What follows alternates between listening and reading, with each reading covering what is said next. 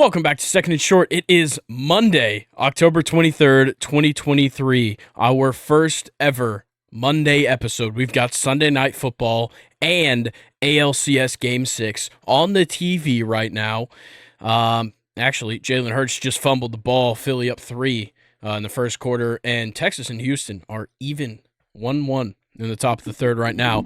But when it comes to the episode, not much changes. We're going to go through every NFL game. But we're going to preview a little bit of Monday Night Football. We're going to go through all the MLB playoff games from the weekend and all the great college football from the weekend. So, Colin, how are you feeling Sunday night, first recording? This morning, woke up, felt like shit. Got Fair. home, locked in, Sunday night recording. Let's go. All right, guys, let's get into NFL Week 7, and it starts with the Chicago Bears versus the Oakland Raiders in Chicago. Donta Foreman, stand up. What a day from Donta Foreman. The hat trick for the kid. 2 rushing touchdowns. And on the receiving end of Tyson Bagent's first career passing touchdown. A great game for Tyson Bagent, considering the circumstances. 21 for 29, not bad at all.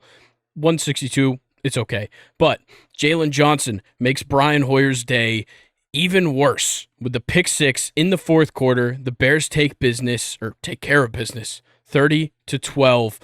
Colin, how do you feel about this game? Well, one thing's for certain, we know who Brian Hoyer's favorite target is, because in the first 2 quarters, Devontae Adams was the only one with the reception. He had the first 5 receptions for that team.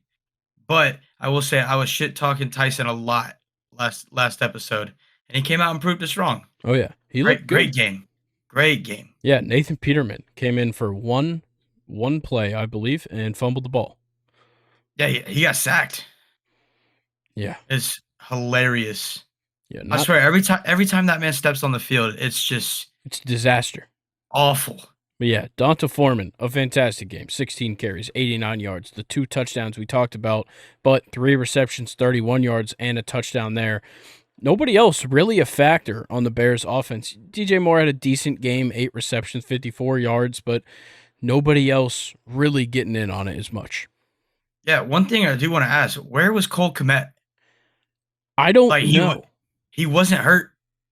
He was taking snaps, but he didn't even have a target. Yeah. But you know what's funny? He did have a kick return. Really? 1 kick return for no yards. What the fuck? So your tight end 1, your tight end 2, and your tight end 3 are getting receptions and targets, multiple. Yeah. But your tight end 1, come on now. Yeah, Brian Hoyer, just a tough day of work for him. 17 for 32, 129, no touchdowns, 2 picks, one of them going, I believe one of them to Jalen Johnson, one of them to Tremaine Edmonds, and then Aiden O'Connell also threw a pick, I believe, to Jalen Johnson as well. Just a tough day for the Raiders, really. Yeah. I mean, Brian Hoyer, before going in this game, 0-12 in his last 12 games. His last 12 starts. So now we can mark it down for 0-13. Yes, sir. Brian Hoyer, career 0-13 quarterback, but also a career backup. So I think he's got a ring with the Patriots. He does. I will say, besides the pick from Aiden O'Connell, he looked better than his start. Yeah. Definitely. He looked a lot more comfortable on an NFL field. Yeah, definitely. But the story of this game, obviously, the guys on the defense for Chicago, they look great. Jaquan Brisker had a great game. Tremaine Edmonds, of course, getting a pick, just having a good overall game. Just love what this Bears defense looked like against the Raiders. Just a little update, a little touchdown from senior Tyreek Hill. Yes, sir. He continues his MVP campaign. Never mind. What happened? It's a holding call on the offense. Oh, shit. You're obviously ahead of mine, but, yep, I'm seeing it now. Yeah. That's tough. Yeah. That is tough. All right, take it back. No touchdown. But we'll move on to the next game. Patriots-Bills. Bills go to Foxborough, and Zeke gets it started early, puts the Pats up 10-0 early in the game, believe halfway through the first quarter, gets them the 10-point lead. After the half, James Cook slides one inside the pylon for the Bills' first touchdown. Then Kendrick Bourne gets in the end zone to make it a 12-point lead for the Pats, but Stephon Diggs makes a sliding catch, gets up untouched, and bullies that Pats secondary for 6. Josh Allen with a little QB sneak, taking it to Philly, gets it in there for the late lead at the 2-minute warning, but the Pats march down, hit Mike Gesicki to give him the lead with only 12 seconds left on the clock. Gesicki hits his gritty, I guess you could call it. Not quite.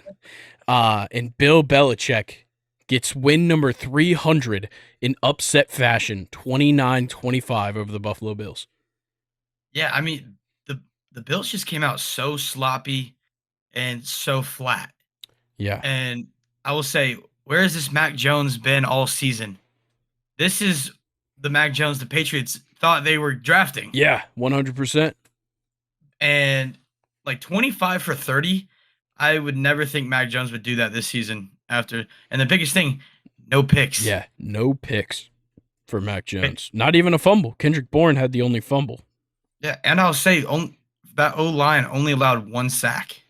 Yeah. For 4 yards, and that's fantastic. You know, Mac Jones is having a great day when you don't see Bailey Zappi on the field. Yeah, but for the Bills, you kind of got to talk about Gabe Davis being a complete non-factor. He had 5 targets, 1 reception for only 6 yards, but some of the guys made up for it. Dalton Kincaid, one of his best games of his short career thus far, 8 receptions for 75 yards. Stephon Diggs, 6 receptions, 58 yards, and of course that touchdown we mentioned, James Cook getting it done on the ground and in the air. He combines for just over 100 yards total. But yeah, the Bills just could not keep up. And it killed them. Really the first half. That whole first half killed them. They try to make the late comeback, but to no avail. Mac Jones leads them down the field, gets the win. Yeah, and I mean, it's a trend we saw in a bunch of games. National Tight End Day. The tight ends were active today. Oh, yeah. A lot of tight end scores, high receptions, high yards. We'll talk about that later, but we'll also add on Buffalo's defense is struggling Heavily. They cannot stay healthy, and they just keep dropping one after another. Definitely. And it's just you can't be competitive, especially in their division, when you're missing like 5 to 6 guys on your defense. Yeah, it's a tough thing to deal with, but the Tyler Bass missed field goal, things like that, over and over and over again, mistakes by this team. All 3 aspects of the game, special teams, defense, and offense, making mistakes throughout the game, killed them. And when you face a good coach like Bill Belichick, he knows how to take care of that. Though the Patriots haven't played well this season, they have a good coach. They have the opportunity to win football games, and they just happen to have taken that opportunity this week. Yeah, like you said, good coach. I think they got an above average defense. Yeah. Their offense, they're sneaky. They have guys who could be explosive, like Kendrick Bourne, Demario Douglas. Ramondre Stevenson actually played a good factor in the passing game. Yeah. Today to really help out Mac Jones. But yeah, like you said, they're a team that can be sneaky when their quarterback can command their offense. Exactly. Because, up to this point in all of their losses, it really came down to the quarterback play, maybe outside of week 1 against the Eagles, which was a close, hard-fought game. But I just think that this Patriots team, it can be good. They're still missing key guys on that defense. Matthew Judon is still out. He would have been a huge factor in this game if he were active, but you can kind of say the same for the Bills. So for now, the Patriots get off this horrible, horrible streak and make it 2-5, while the Bills continue to stumble. 4-3 now. Very surprising. Yeah, they're definitely struggling to keep up. So. But we'll move on to the next game, an NFC beast matchup like no other. Giants, Commanders in New York, and Saquon having his way early. His 32-yard touchdown on the Tyrod Taylor dump-off makes it 14-0 for the Giants early in this game. All in the second quarter, those 2 touchdowns. And then late in the game, or actually, I think it was late in the third quarter, Brian Robinson gets the Commies on the board. But ultimately, Sexy Dexy and the rest of that Giants D line. Just too much for the sack vacuum, Sam Howell. The fuck? He's a sack vacuum, dude. He got sacked 6 Yeah. times in this game. No, it's not even that. It's that whole sequence that Yeah. you were just talking about. Pretty good writing by me. Yeah, I like it. But All right, man, dude, well, the G-men take it 14-7. is that O-line for Washington absolutely shit? Oh my god. It was horrible. Horrible. Like Sam Howell, he doesn't stand a chance. No. As soon as the ball's in his hand, he's got to get rid of it like screen pass right away or he's getting sacked. Yeah. Like, luckily, Terry McLaurin had a couple of big plays, but 6 receptions, 90 yards. He's far and away their leading receiver. Just seems like they cannot do it in the air. They have to get it done on the ground, and they couldn't. This Giants defensive line looked really good. They got the sacks, of course, but they were stopping the run really well. Oh, yeah, no, I agree. And I really like what I'm seeing out of Tyrod Taylor as Agreed.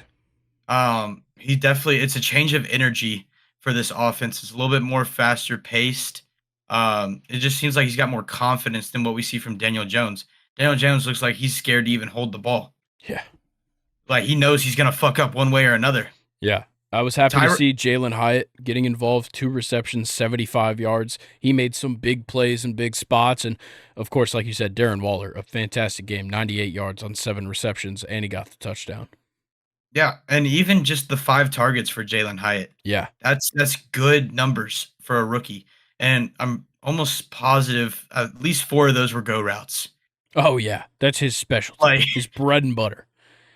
Yeah, but yeah, no, I totally just lost what I was about to say. Sterling Shepard, that's the next one. Man, he cannot catch a punt. No, he cannot. And then Saquon fumbles late. Kind of scares the Giants a little bit, only up by 7, but luckily they get the stops. But yeah, it's just a sloppy. This is an NFC beast game if I've ever seen one, and just sloppy play, good defense, and that mixed together results in a surprisingly fun to watch 14-7 final. Yeah, the fourth quarter was really just the best quarter to watch. Yeah, and there was no points scored. And I will say, even though that last drive, that ball was a little bit behind Jahan Dotson, he's got to catch that. Yep. Like, you got to catch that. Because the worst thing Sam Howell could do right there is lead him too far and throw that out of bounds. Yeah. You just got to give your receiver a chance to catch it, and it's receiver's code. If the ball hits your hands, you got to bring it in. Yep. But for that Giants defense, Jason Pinnock gets a sack, Dexter Lawrence gets a sack, Kayvon Thibodeau gets a sack, Leonard Williams gets a sack. All these guys that we've been looking for all season to make a difference on that defensive line come out and do it, and luckily the secondary backed him up well. Yeah, no, absolutely. And we saw it last week against the Bills. That Giants defense it's one of the best. Oh yeah. When they're healthy. For sure. So, yeah, we can blame this 2-5 record on the offense. Agreed. Those early games when they could not put up points. Yeah, this game they scored their first half offensive touchdown of the season. Yeah. And what is this, week 7? Week 8? Week 7. Yeah, week 7. That's fucking horrible. Oh, yeah. Brutal. But somehow they pull away with a win without Danny Dimes, and they move forward.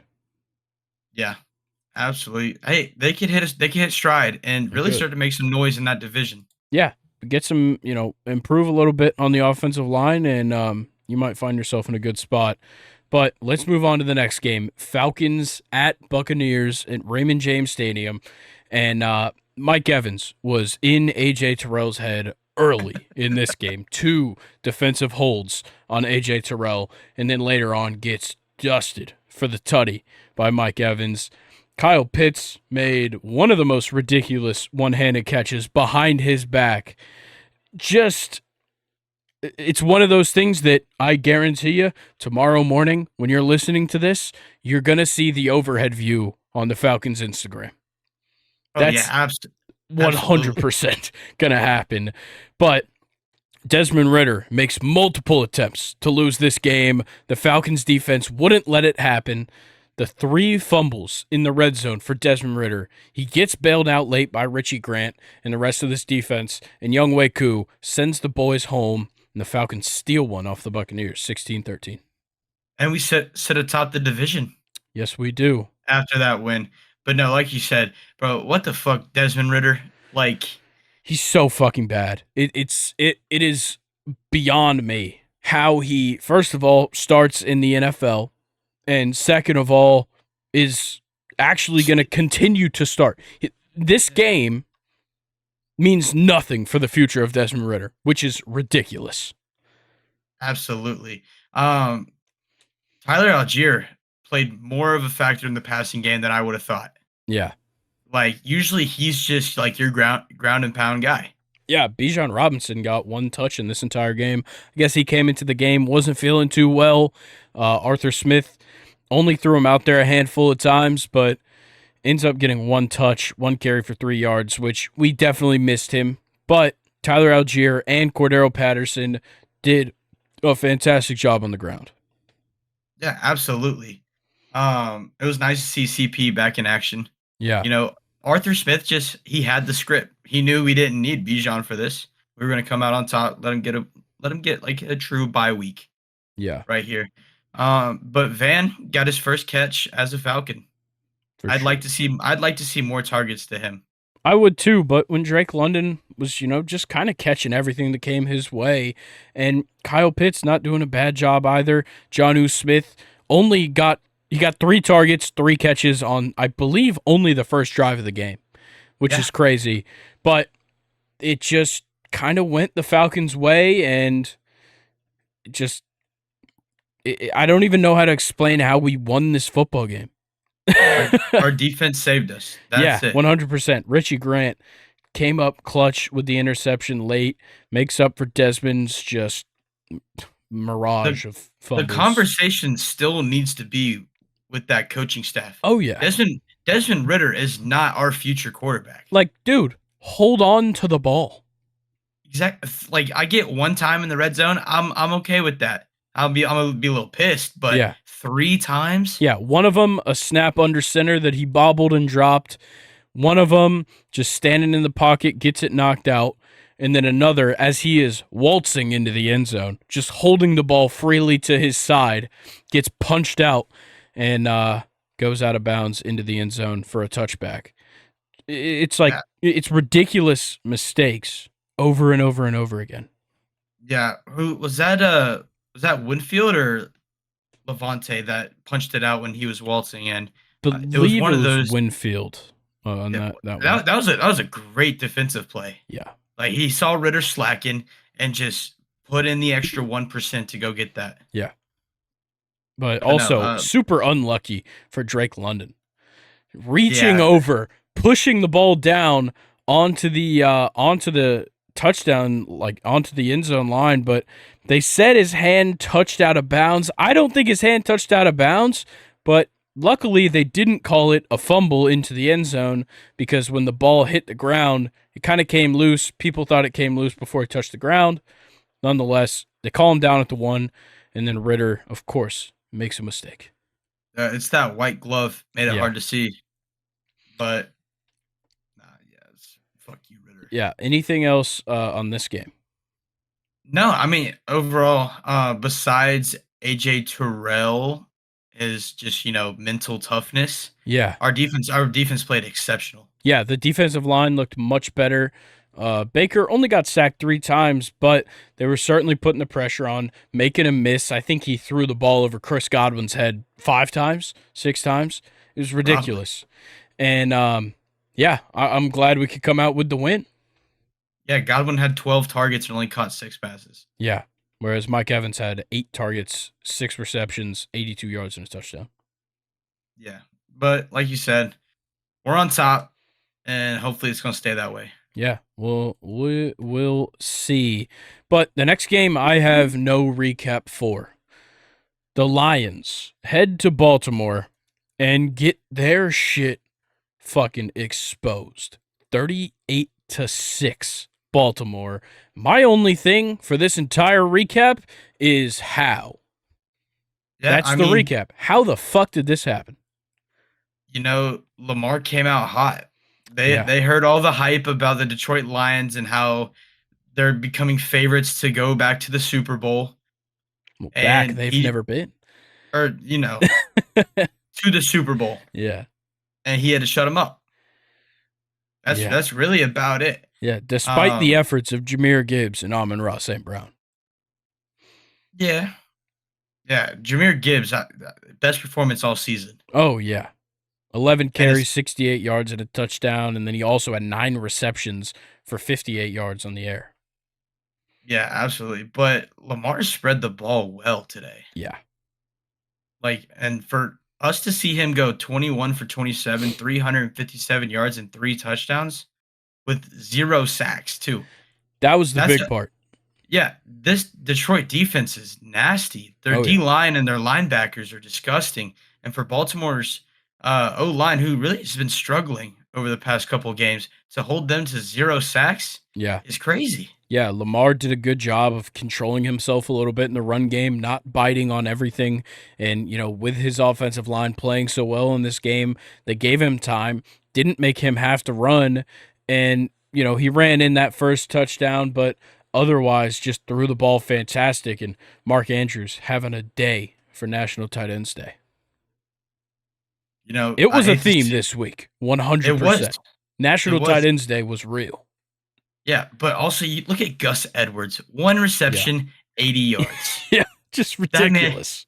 that man turned on the burners down the sideline. Yeah, And this then and then you game, I don't think I've ever been more wrong about a game ever. I said on Friday's episode that the Lions would go and win as road underdogs. I said this is not the week that the Ravens show us an efficient game in the passing game. I said the opposite of everything that happened because Lamar Yeah, threw for 357 yards and 3 touchdowns. yeah, absolutely. Honestly, a flawless performance outside of the fumble. Yeah, and what sucks is that it probably kinda helped with Montgomery being out and with Yeah. Jahmyr Gibbs being more of a pass-catching running back. Jared Goff threw the ball 53 times, Yeah. and that's because they were down early. Yeah, you go Like, down 28-0 at the half. You come back out in the third. They tack on another one. You're down 35-0 going into the fourth quarter. You're going to force the quarterback to throw the ball a lot. yeah, it was a brutal, and especially Jamison Williams, 6 targets, Oh, my 0 God, dude. It catches. was bad. 6. There's a lot of routes that he just gave up on. Yeah. He's Yeah. quick, he can move. And, I'd like to see you give that extra effort to try to get the ball, especially when you're fighting a comeback. All it takes is for one big play to spark something up. Yeah, and Panay Sewell with like a handful of holding calls in this game. He looked bad. Like a whole lot of stuff just going wrong on Detroit's side of the ball. And I think part of it could just be the fact that they started getting comfortable. They Yeah, started thinking that going into all these games they have to win, and they are the winner going into the game, but they weren't even a favorite in Vegas's eyes going into this one. it's always tough to go out, and that Baltimore defense is, exciting to watch. They're Oh yeah. explosive, they're quick. Yeah, this is the Um, first time they've really put together a complete performance, but even in past weeks, the run game might be off, but the pass game looks good, things like that. That's just how a Lamar Jackson offense runs. yeah. And man, did Kyle Van Noy have a day today. Yeah. Logged in 2 sacks, and, that's beautiful work. Oh, yeah. Absolutely beautiful. Yeah. Anything else in this game? Yeah, I'm sorry, Amon-Ra St. Brown had 19 targets? Yeah, that's crazy. 13 for 19? What? Yeah, that is ridiculous.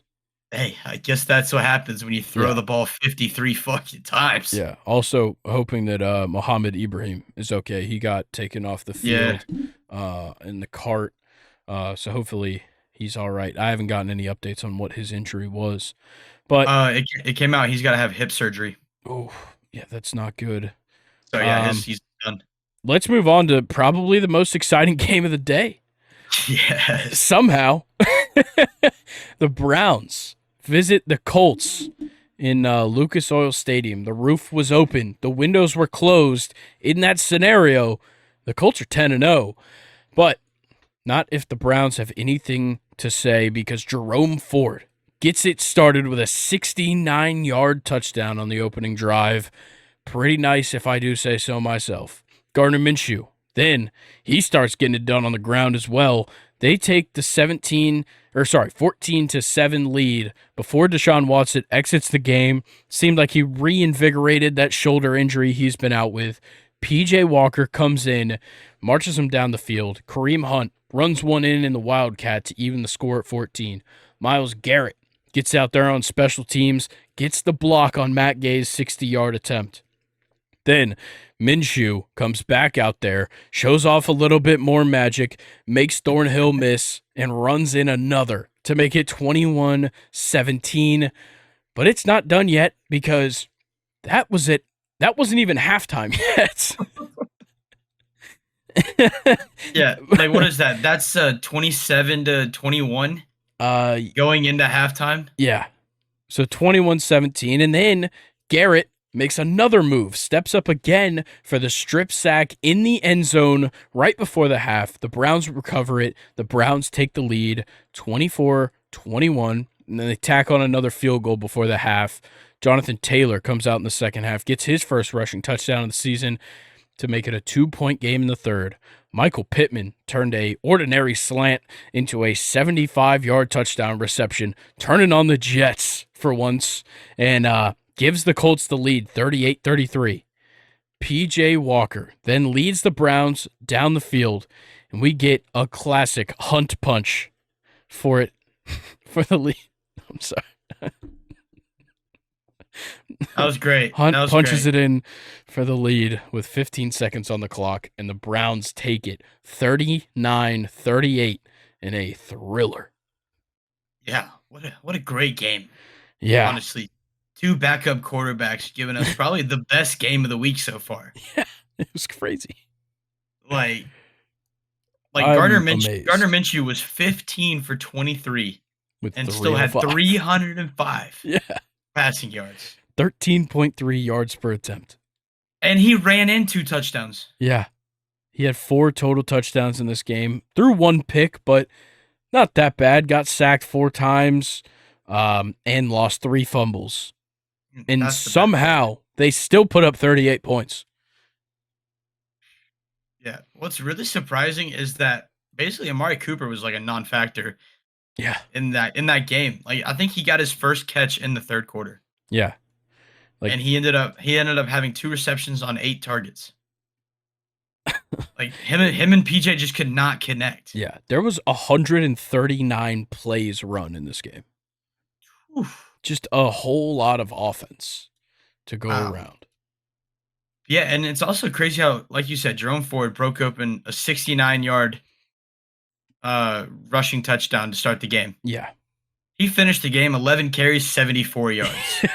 So basically non-factor after that. Yeah, 5 yards on his other 10 carries combined. Kareem Hunt I think both of his touchdowns were like 2 and 5 yards. Yeah, it was. I even liked what I saw out of Pierre Strong Jr. He keeps looking like decent every time. Yeah, exactly. Like he looks good. A great RB3 that I would love to have. Yeah, and Jonathan Taylor and Zach Moss continue to do great work splitting the carries. Jonathan Taylor had 3 receptions for 45 yards. Josh Downs had the game of a lifetime, 5 receptions, 125 yards and a tud. And then, of course, Michael Pittman on his only 2 receptions had 83 yards and a touchdown, including that 75-yarder. Yeah, just like Gardner Minshew just loved to throw the ball downfield this game. He did, and to a fault, maybe. Yeah. I mean, it was working there for a little bit. Oh, yeah, for sure. But yeah, that Browns defense, though they gave up a shitload of points, you got to give them some credit for the turnovers. Oh, yeah, absolutely. And, Myles Garrett's got to log in his 2 sacks, as always. Yep. That man's, like, unstoppable. Yeah. On the line. Like, he's just a freak of nature. He is. He is insane. But, no, it's like when The Colts got that fumble there at the end on PJ Walker. I thought that was a wrap. Yeah. I was like, oh yeah, that's game over.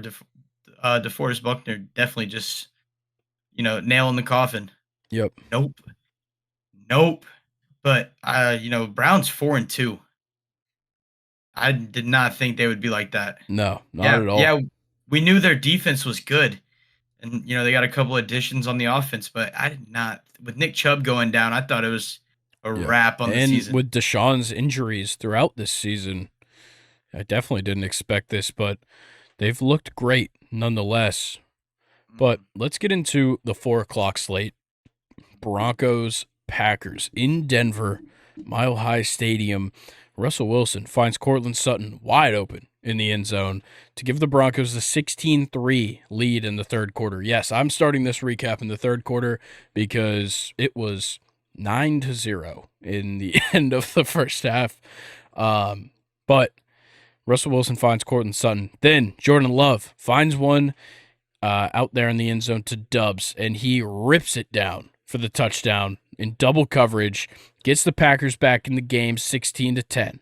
Kareem Jackson hits the living shit out of Luke Musgrave. Just Ooh.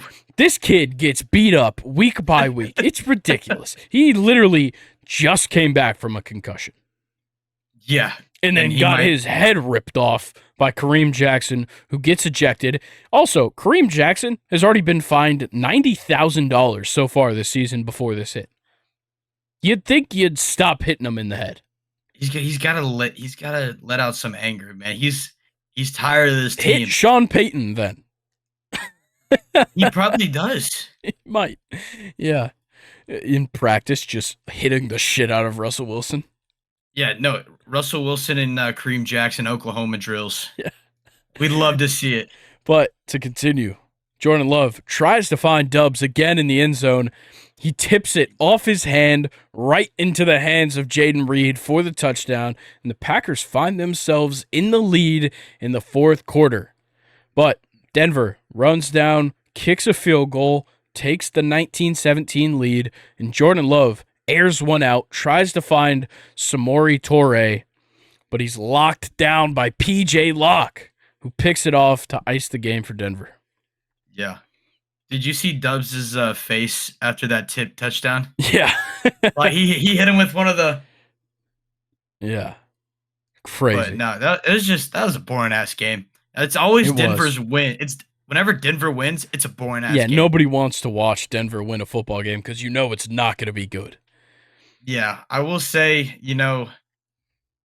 AJ Dillon had a pretty efficient game on the ground. Yeah, and so did Javonte Williams on the other side. 15 carries, 61 yards. Aaron Jones still getting worked back in. He's still not looking 100%. But no, it's just like Jordan Love just struggled today. Yeah, he did. Just But like it was just a lot of like the guys deep got locked down, and he had no choice but to check it down because like he went 21 for 31, which isn't bad, but only 180 yards. yeah, and oh, dude, I literally had this name at the top. Carrington Valentine Yeah, gets a shout out for nut tapping Jerry Jeudy down the sideline, sends him to the ground. Jerry Jeudy cannot stand. We've all had that feeling before. Oh yeah. Trust me, brother, we're with you. And then, Still a C tier wide receiver. oh yeah, no, just wait till he gets a good quarterback. He's gonna be gone this year. Oh, he's got to From get Denver. traded. He's definitely going somewhere else. Yeah. Any predictions on where he's gonna go? Our luck, it'll be the Dolphins. Nah, there's no room. I'm kidding. No room. He might find himself on like the Chargers since Mike Williams is hurt. I thought that'd be a good spot. Yeah. Now, take out so besides the Chargers, with Jay Jettas going down, and we don't know when specifically he's gonna come back. Kirk likes to throw the ball. Could be. Line him up with Addison. That'd be kind of nice. Yeah. The trade deadline does come up just after Halloween, so we'll have to see.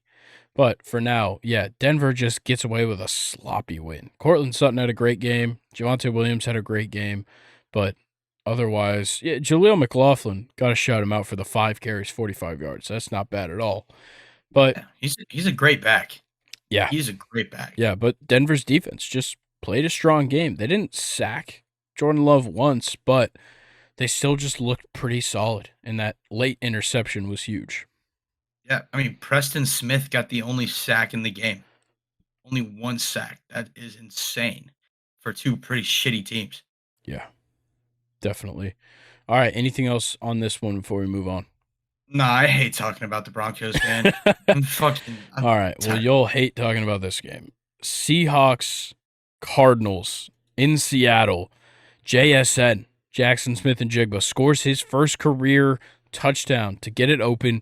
Then Josh Dobbs shows off the legs on a 25-yard rushing touchdown to equalize. Jake Bobo gets 2 feet down in the back corner of the end zone, puts one up on the board for not just the Seahawks, but white wide receivers across the nation.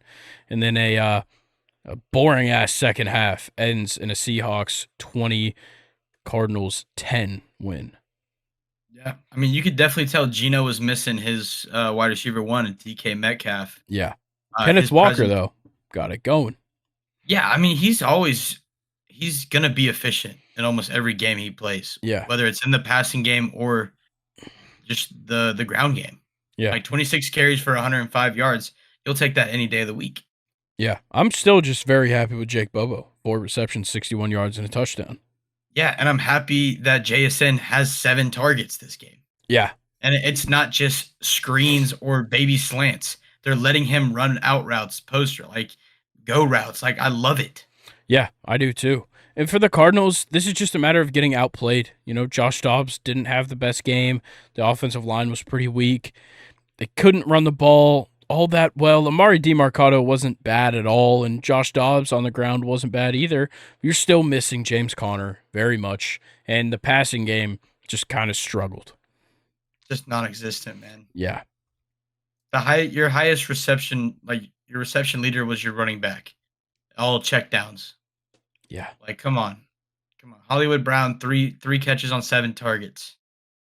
You know when your wide receiver 1 is Hollywood Brown, you are struggling.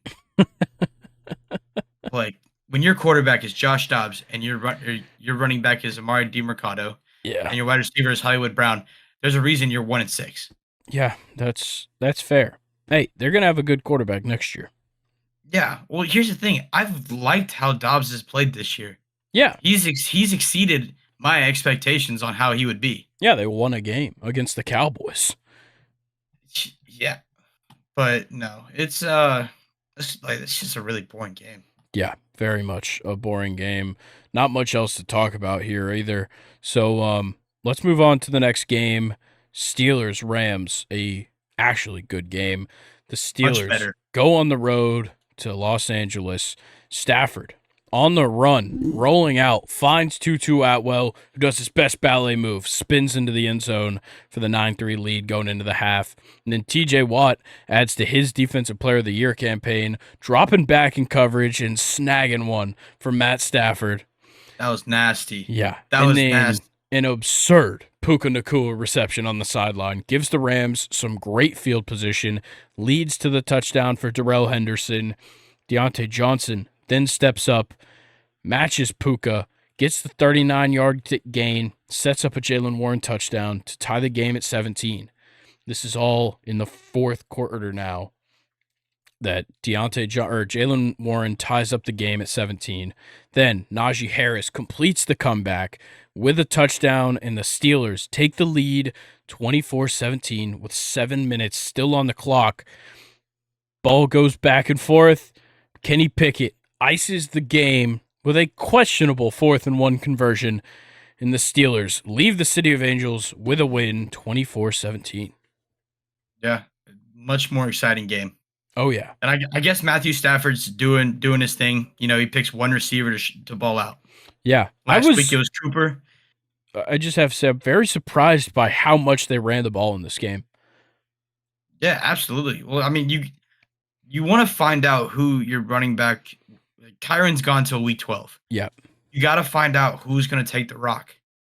And honestly, like I liked Royce Freeman ahead of Darrell Henderson this game. Yeah. I did. It just seemed like he was much more efficient on the ground. You could definitely run it with Royce Freeman as your main running back, and then use Daryl Henderson for the pass game. Yeah, I agree. I think, you don't need many other hands out there in the pass game when you've got Puka Nacua getting 12 targets and Cooper Kupp getting 7 targets. Not all that much, but Puka Nacua, 8 receptions, 154 yards, and then Tutu Atwell has 1 reception for the 31-yard touchdown, and Cooper Kupp, only 2 receptions for 29 yards, but he got 7 targets. Yeah, that's him and Stafford just weren't connecting today. But I think it's also a matter of defenses just choose to defend him much heavier than Puka Nacua, and they're going to continue to make that mistake for weeks to come.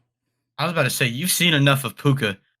Guard his ass, dude. He's still one of the best wideouts in the league. I think you should make one of them prove you wrong. Yeah. Right now, I mean, we saw last week Cooper Kupp proved him wrong. So, and then this week it was Puka. But, with Cooper Kupp coming back from an injury, I'm more concerned about Puka than Cooper. Yeah, agreed. Honestly. But for the Steelers, the run game, finally getting it done for him. Not a lot of rushing yards, but it worked out very well in the red zone.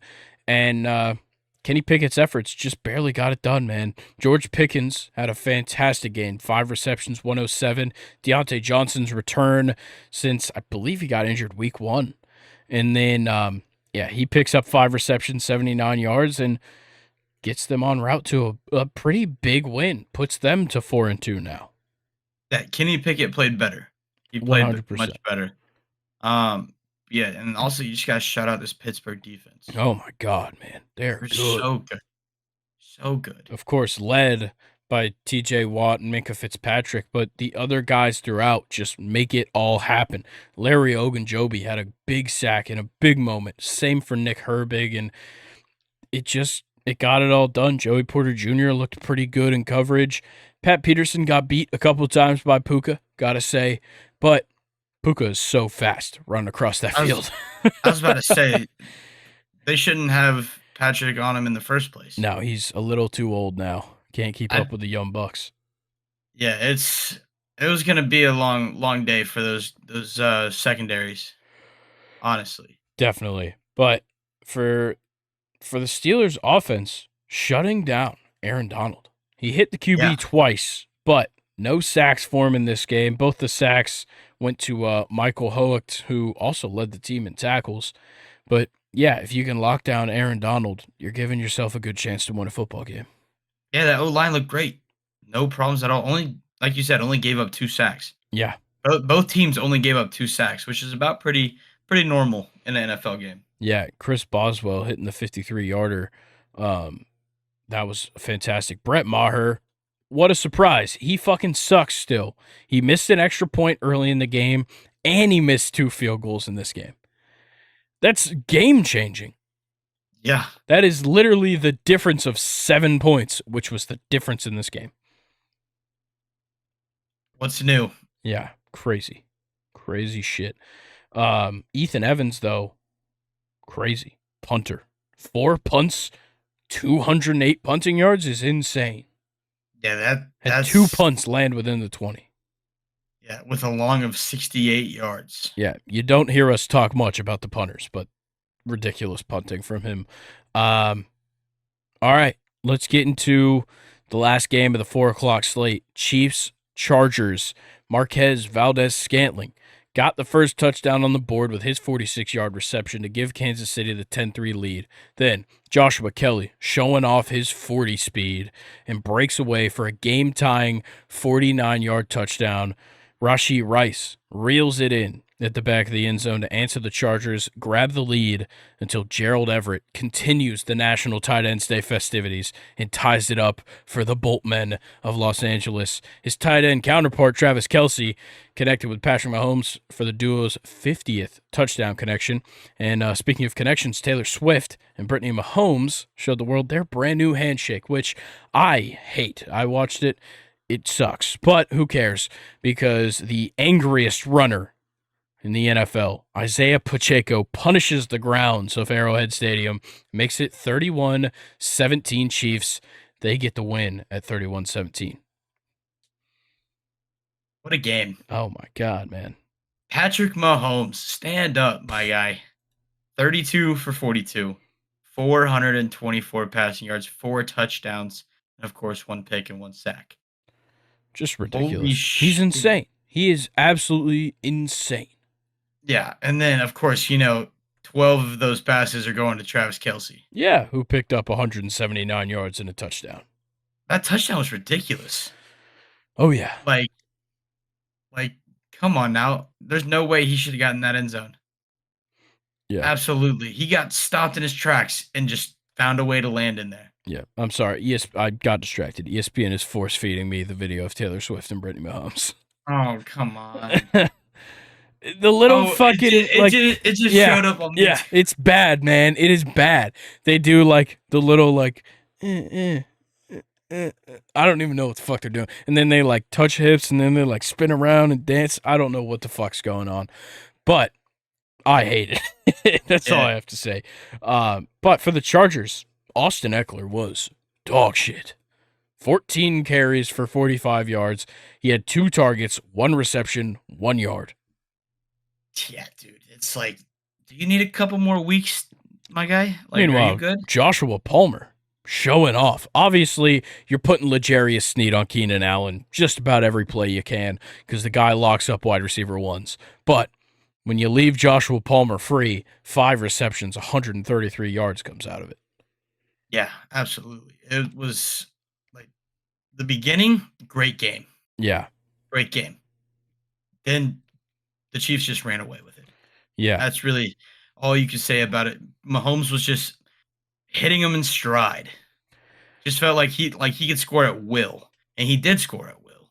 Yeah, not a great national tight end day for Blake Bell, who had 1 reception for 7 yards and then fumbled it, which was recovered by Derwin James. Yeah, but I mean, you're not going to show out for Travis Kelce. That's fair. I got to shout out Kansas City's defense, though. 5 sacks in this game, all coming from different guys. You got Mike Dana, Willie Gay, George Karlaftis, Drew Tranquil, Charles Omenehu, just all of them getting on Justin Herbert's sack fest. Yeah, absolutely. And my Florida State man, Asante Samuel Jr., joining Derwin James in the turnover club this week. Yeah, and really only 1 field goal from Dicker, which is surprising. Granted, it was a smash of a 55-yarder. It was probably good from 65. Yeah, if I'm being honest, like He that, killed it was nailed. But other than that, I mean, Mahomes just took this game over. That's really all you can say. And Herbert's really struggling with the turnovers right now. Yeah, That's like back-to-back games, but I think with more than 2 turnovers. yeah. Mecole Hardman making his slow return in this game, but 1 punt return for 50 yards, and then he had 1 reception. Did he have a reception? Yeah, 1 reception for 6 yards. Obviously, wasn't able to do too much, but a big punt return in a pretty big moment. Yeah, no, he's happy to be home. I don't think he was fitting in with the Jets. Yeah. All right. Well, I guess we'll catch you up on Sunday Night Football right now. The Eagles have a 17-3 lead. 2 minutes left in the second quarter. Dolphins ball on where are they at right now? They are on the midfield. 50. Yeah, on the 50. Box score updates. Tua not off to a fantastic start, but not bad. 9 for 12, 76 yards, no touchdowns, no picks. Salvin Ahmed with the only positive rushing yard. Raheem Mostert, 3 carries, -8 yards thus far. His longest run, -1 yards. You can't run on this team. You No. cannot run on that D line. There's no way. There's not a hole in that defensive line to get through. Yeah, and also this Miami O-line is struggling right now. Definitely. They can't give Tua time, and the only couple times they have, it's resulted in an offensive hold. So that's called back a Tyreek touchdown, Yeah. which I'm kind of salty about, and it's set back a couple like massive pass plays down the field. Yeah, and Tyreek Hill is getting so many targets. He's already got 7 targets, 6 receptions for 23 yards. Meanwhile, Tua's only attempted 12 passes. One of them gone to Cedric Wilson for 29 yards, 2 of them to Jalen Waddle, and Waddle just left the game. He went to the locker room. shit. He was holding his lower back. Oh god. So hope he's all right. He definitely needs to come back to this game if they want a chance to win. Yeah. Because if he doesn't come back, Tyreek might not see another ball to him because he's going to be quadruple covered. Yeah, I would do that too. Send James Bradbury and Darius Slay at him on every play.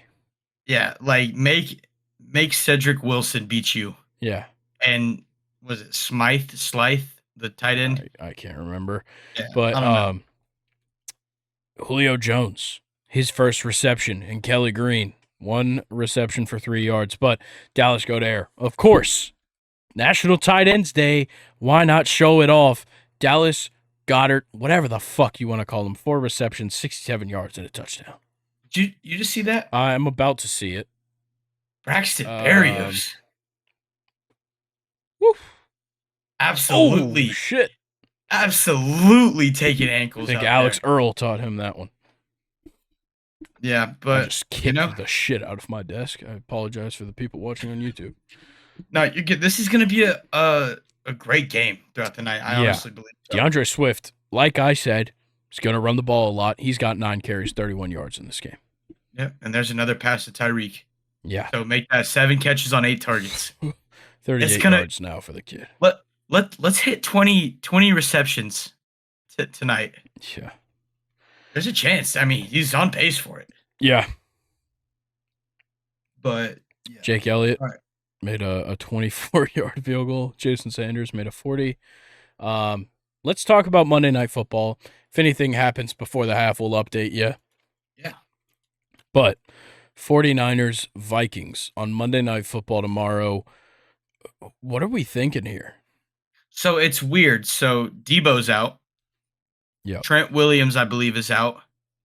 And I'm pretty sure they just marked Greenlaw out. Greenlaw's still questionable. McCaffrey questionable as well is what I'm seeing. I saw McCaffrey was trending to active, so we're gonna see him. I'm not sure about Greenlaw though. Okay. But I don't know. It's just like obviously no Justin Jefferson. We saw how that offense looked last week. Yeah, but you're back home. Like San Fran doesn't like to play in the cold. We saw what just happened with Cleveland. I don't know. I think it's different. Cleveland's defense is phenomenal. The Vikings defense is Harrison non-existent. Smith. Non-existent. Pretty much. Danielle Hunter and Harrison Smith. Yeah. That is it. And think about it. That's been their entire defense for like 9 years. I swear to God, every single year we talk about the Vikings, we're like, Harrison Smith, still a good free safety. They had primetime Patrick Peterson. Yeah. Yeah. That just helped Harrison Smith out. But no. So here's the thing. I am curious because I think I didn't even know. I don't even know what to think about this game. I want to say I can't assume that Kyle Shanahan loses 2 games in a row. Yeah, especially being the Browns and the Vikings. Yeah. Like, come on now. Oh, touchdown Tyreek Hill, baby. No way. To go Let's in. Let's go. How much time left on the clock?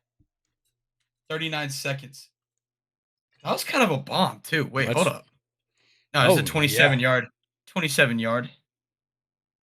Beautiful. We'd love to see beautiful throw by Tua. Oh, dude, he left Bradbury in the dust. Woo.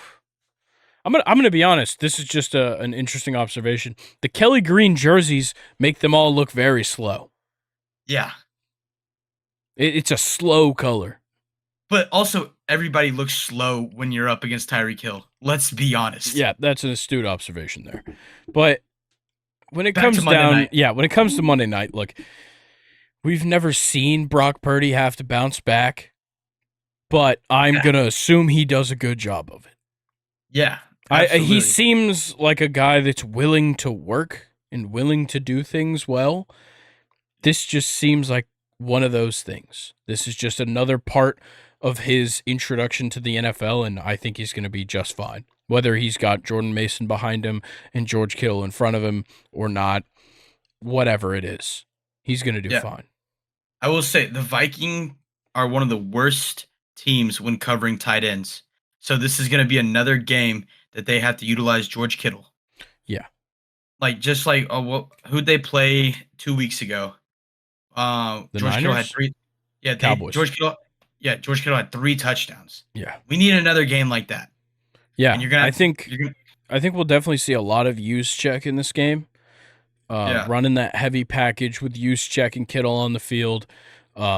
Either having use check just block a lot or have him run the ball quite a bit as well.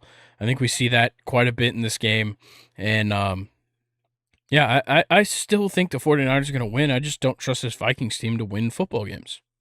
Yeah, I mean, we're going to have to see more Elijah Mitchell in the passing game. Yeah. Juwan Jennings, Ray McLeod, especially with Debo out, Brandon Ayuk's probably going to get double teamed.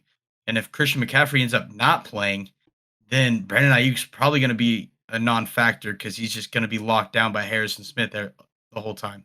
Yeah, for sure. All right, so it looks like we'll probably end up going into the half 17-10 Eagles. Score predictions for tomorrow night? Score predictions for tomorrow night. I'm going to go Niners 27, Vikings 17. Okay. I'm taking the Vikings. Okay. 28-21. You think this team can put up 28? I think on the 49ers. Kirk's about to go off. You just want him to throw to KJ Osborne. Kirk's about to go off. This is all vested in fantasy football. No, actually, like from the heart. I believe in the Vikings. Up, dude. Shut up. You're lying through your fucking teeth. Now, here's the thing. Do you think we see more Cam Akers this week? No. They just traded for him for nothing. Alexander Madison still got RB1 on lock right now. Yeah, it's crazy. Because he's not good. Remember how we were just shit-talking him at the beginning of the season? We still should be. I had to make a stupid waiver wire pickup, and now he's my RB1 right now. Like, what are we doing? Yeah. Interesting. But yeah. Yeah, so we'll see. Is Grayson going to be right, or is Colin going to be right? I think I'm going to be right, personally. All right. We'll see. All right. Well, let's get a quick update on the MLB game that's going on right now. Astros Rangers. I don't know where the fuck my tab went. There it is. Rangers up 3-1. Yeah, Rangers up 3-1, middle of the 6th. Let's go. See, Framber Valdez already pulled. Just another shitty ass playoff performance for Framber Valdez. What a surprise! Like Colin said, baby. And then Eovaldi pitching pretty well thus far. 5 innings, 2 hits, only 1 run, 4 Ks, but 3 walks. It's brutal for Eovaldi. Yeah, but I mean, we can continue to talk about how Kyle Tucker has just been non-existent in this postseason so far. Yeah, Let's talk about the NLCS games that we've seen first. Then we'll come back to this one once we've caught up. But let's talk NLCS Game 4. This was a big one on Friday night. Arizona takes it 6-5. Another hard-fought, close victory for the Diamondbacks, who end up putting 3 on the board in the 8th, 4 unanswered runs in total to take the lead and get the win. Just huge for the Diamondbacks at home. Not a bad bullpen game for the Diamondbacks. You know, Mantiply throws 1 innings. He does great. Frias throws an inning and, 1.1. He does great. Nelson gives up a run, which is tough, but not bad. They kind of just had 4 straight innings of little bit brutal showings from the guys, but then Ginkel comes in, he gets the win, and Sewald shuts him down, gives up 1 hit, 3 Ks, gets his 5th save of the postseason thus far. The Arizona bullpen's great, but like you said, those 4 innings of runs, you're going up against one of the hottest offenses in October. Yeah. Like, the only way you are going to win is if you put over 5 runs, Yeah. because that is what the Phillies are gonna do to you. Yeah, Kyle Schwarber gets a double in this one and a home run. He goes 2 for 3. Gets pinch run for Edmundo Sosa late in the game, which takes his bat out of the lineup. Very weird, but Sosa never comes up to the plate still. Schwarber drew 2 walks, which is crazy. Trey Turner stays pretty hot, 1 for 3 in this game with a walk. Not bad at all. Harper, his first hitless game, I believe, of the postseason. I may be incorrect on that. But Bohm finally turns it around. He goes 2 for 4 in this game. Stott goes hitless. But when it comes down to this whole lineup, they still played well. They just left quite a few guys on base. 6 runners left on base for Philly. Arizona, though, left 10 on base. That seems to be a trend here with Arizona. Yeah. No, I completely agree with you. Yeah, But this is turning into a great series that I honestly thought Philly was gonna come in and sweep. I did too. Yeah, I was concerned that would happen, but Philly in game 5 on Saturday takes the lead 3-2. They win the final game in Arizona. Now they get the day off today, Monday night. They play at the bank, and I just don't see this one going well. Philly No. looked fantastic on Saturday night, Yeah, and listen, shutting down Arizona. Zach Wheeler, a dominant performance. Muriel Kelly already came out and said he hates pitching at the bank already. Yeah. Like, he doesn't like it. And he got And shelled his last and time there. Aaron Nola thrives in it. Yeah. Honestly, like, the only better setup Philly could do right now is have Zach Wheeler on the mound. Yeah. That is the only thing that would make their setup better. But that got him in the in position. Zach Wheeler now 3-0 this postseason. This performance, nothing short of great.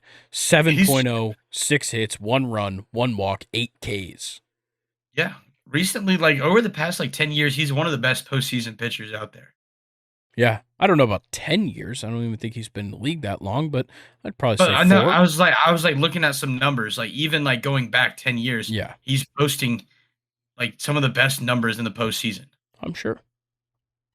And one of them's innings pitched. He gets quality starts He every does. time. Yes, he's I going don't deep. I don't think he pitches less than 6 innings in any of his starts in the postseason. exactly. I think maybe the one time he came out in the 6th inning against the Braves and we knocked him out after 5 1/3. Yeah. I think.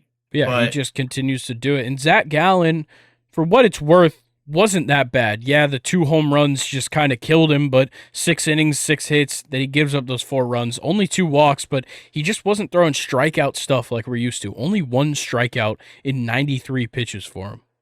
it seems like he's trying to beat him with the fastball. Yeah. And the Phillies are one of the best fastball hitting teams out there. Yeah.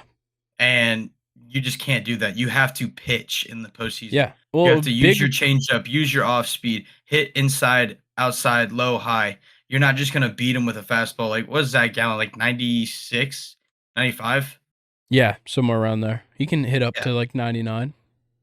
Yeah, but not consistently. So Yeah. 95 is batting practice to these guys. Yeah, for sure. But I think the biggest problem for Gallen is first pitch strikes.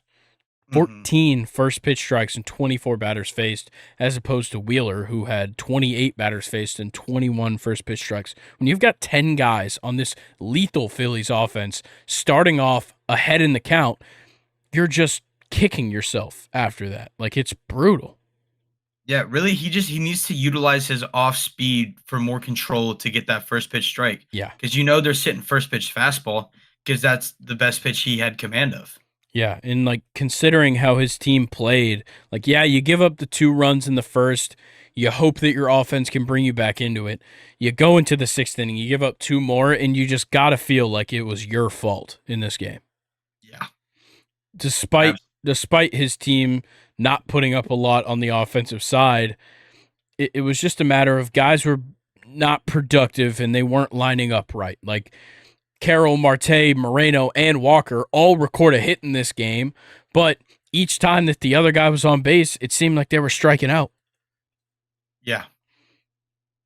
100%. So I don't really know how to look at this, going ahead. I think it's just a matter of the Diamondbacks better come with their best stuff when it Yeah, comes to Monday night. win or go home. Yeah. And just a score update, Dubon just hit a sac fly to right. Jordan Alvarez scores.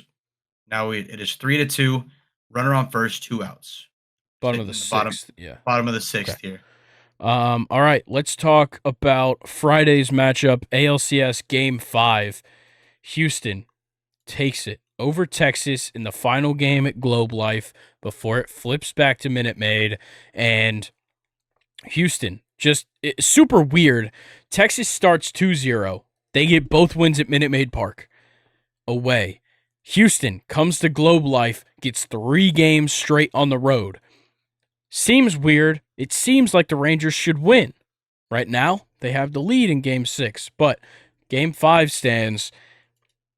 This was another fantastic game in what is becoming a classic series. Yeah, and it's like I said, the Astros don't do as well at home in the postseason, but man, do they thrive on the road. Yeah. They're one of the most dangerous teams on the road.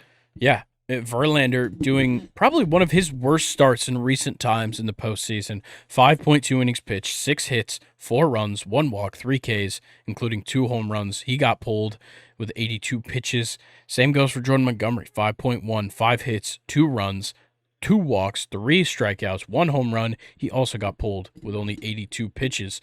But the big story when it comes to the pitching in this game was Bobby Abreu.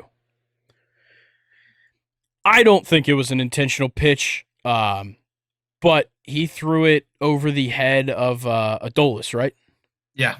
Yeah, Adolis threw it Garcia. right past his face, and benches cleared.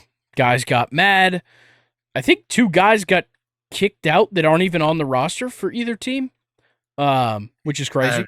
I saw something about I can't remember who it was. I think it was Lance McCullers and then somebody on the Rangers, but neither of them, like Lance McCullers is on the IR, and one of the guys, I think for Texas, didn't even make the CS roster, but both of them are not allowed back in the dugout for the rest of the series. So I guess they were going crazy. You see what Martin Maldonado said? No. He was like, the Astros are the wrong team you want to spark a fight, like spark a match with. Yeah. And Bobby Abreu, Something I like think, that. got a 2-game suspension, so we won't see him until the World Series if they make it. Yeah, I mean, let's look at the bullpen again for Texas. They are using the same 3 guys almost every single game. Every time. As long as their Every starting time. pitcher can get into the 6th inning, you Yeah. know it's going to be Spores, Chapman, Leclerc. In that order. And if somebody comes out early, it's Dunning, Spores, Chapman, Leclerc.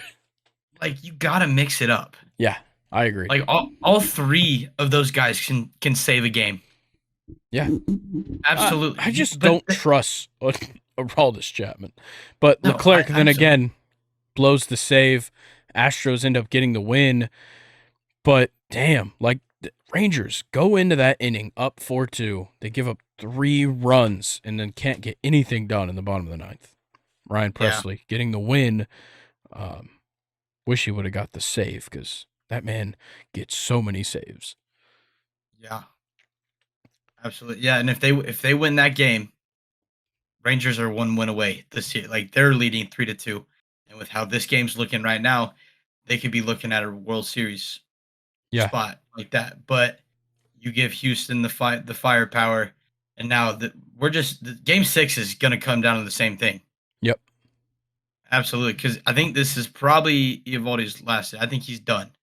So get ready to see Spores, Chapman, Leclerc. Maybe we'll see Will Smith. I don't think we will, but maybe we'll see Will Smith. I went silent for a reason. I've experienced too much heartbreak with that. What about Chris Stratton? I think Chris Stratton could see the field. Yeah, he could throw some solid strikes. Get a couple ground balls, a couple flyouts, a couple home runs. We're chilling. Yeah. But nonetheless, this game is just it's rolling on. Top of the 7th, 1 out, 3-2 Rangers at the moment. Yeah. let's say Rangers Astros on Monday goes to a game 7. Okay. Expected starters. Houston's probably Christian Javier, right? Who's been lights out? Absolutely. Texas is uh who is it? Scherzer, Is it Scherzer? who did not look good. No. So I think ooh, It's tough. it's going to get tricky. Definitely. It's going to get tricky. But so moral of the story, Diamondbacks got to fight. It's win or go home. Yeah. Rangers and Astros going to go down to the wire. Yeah. We'll see what happens. But for now, let's talk a little bit of college football, man. Got And just fantastic. a little bit. Well, no, there's quite a bit of college football to talk I was about about. to say, But I want to talk more than just a little bit. we're starting with week 8 recap. So much happened. Let's start with the marquee game of the week. Number 3, Ohio State, 20. Number 7, Penn State, 12. And my God, does Drew Aller look like shit. Second most boring game this week. Yeah. We'll talk about the most boring game later. Don't worry. Yeah. But listen, at halftime, it is 10-6 going into halftime. That's this Ohio State defense, man. Yeah, but I mean, you would expect the Ohio State offense to be a little bit better. Yeah, you'd hope. Penn State's defense is good, but come on, Kyle McCord has looked better, and Marvin Harrison Jr. is just not human. Is basically what I'm trying to say. But man, Tommy Eichenberg. Yeah, just a fantastic game. Absolutely, him and Steel Chambers are all over the field. Yeah, and it's really, that's about all I can say. Yeah, look, Marvin Harrison Jr., like you said, fantastic game. 11 receptions, 162 yards, and a touchdown. Cade Stover, 4 receptions, 70 yards. But this game sucked. Drew Aller just looked so bad. So many incomplete passes. 24 incomplete passes on 42 attempts. He was 18 for 42, 191 yards and a touchdown. They couldn't run the ball well. They, as a team, had 49 rushing yards because Drew Aller's sacks. He got sacked so many times. Awful. Yeah, just a horrible game. Shout out Katron Allen. Sick name.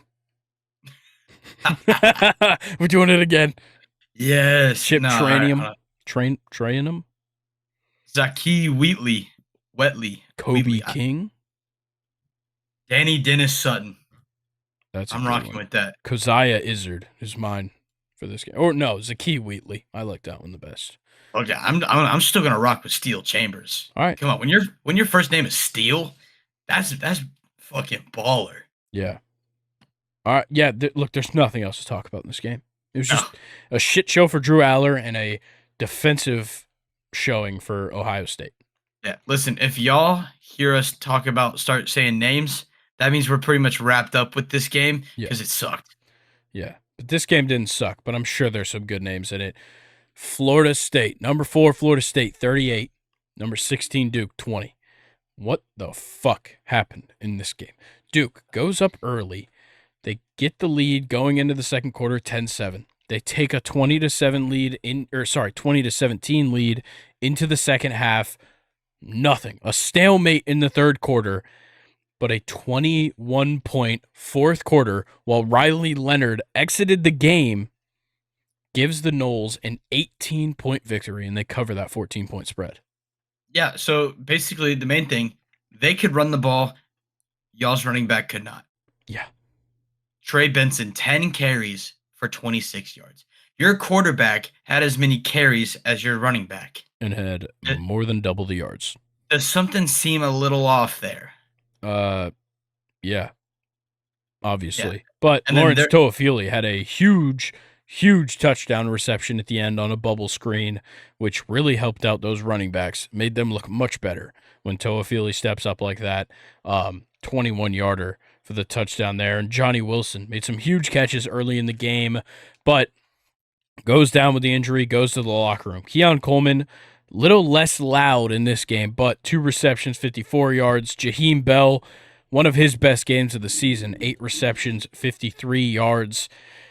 I'm super happy with the way we just kept playing. Jordan Travis obviously getting beat up in this game quite a bit, but 27 for 36, 268, 2 touchdowns, 1 interception. For Riley Leonard, it's unfortunate that he was a game time decision. He plays a majority of the game. He's got the team looking good. Jaquez Moore is leading this team in the running game. And then it falls apart. It all falls apart. And it just sucks, man. Yeah. Shout out Deuce Spann. Yes. Oh my God. The 99-yard kick return to immediately answer a Duke touchdown. That was beautiful. Yeah, it was amazing. But Mostert's getting it going. Yep. He's got some positive yards. I was about to say, is he in the positives yet?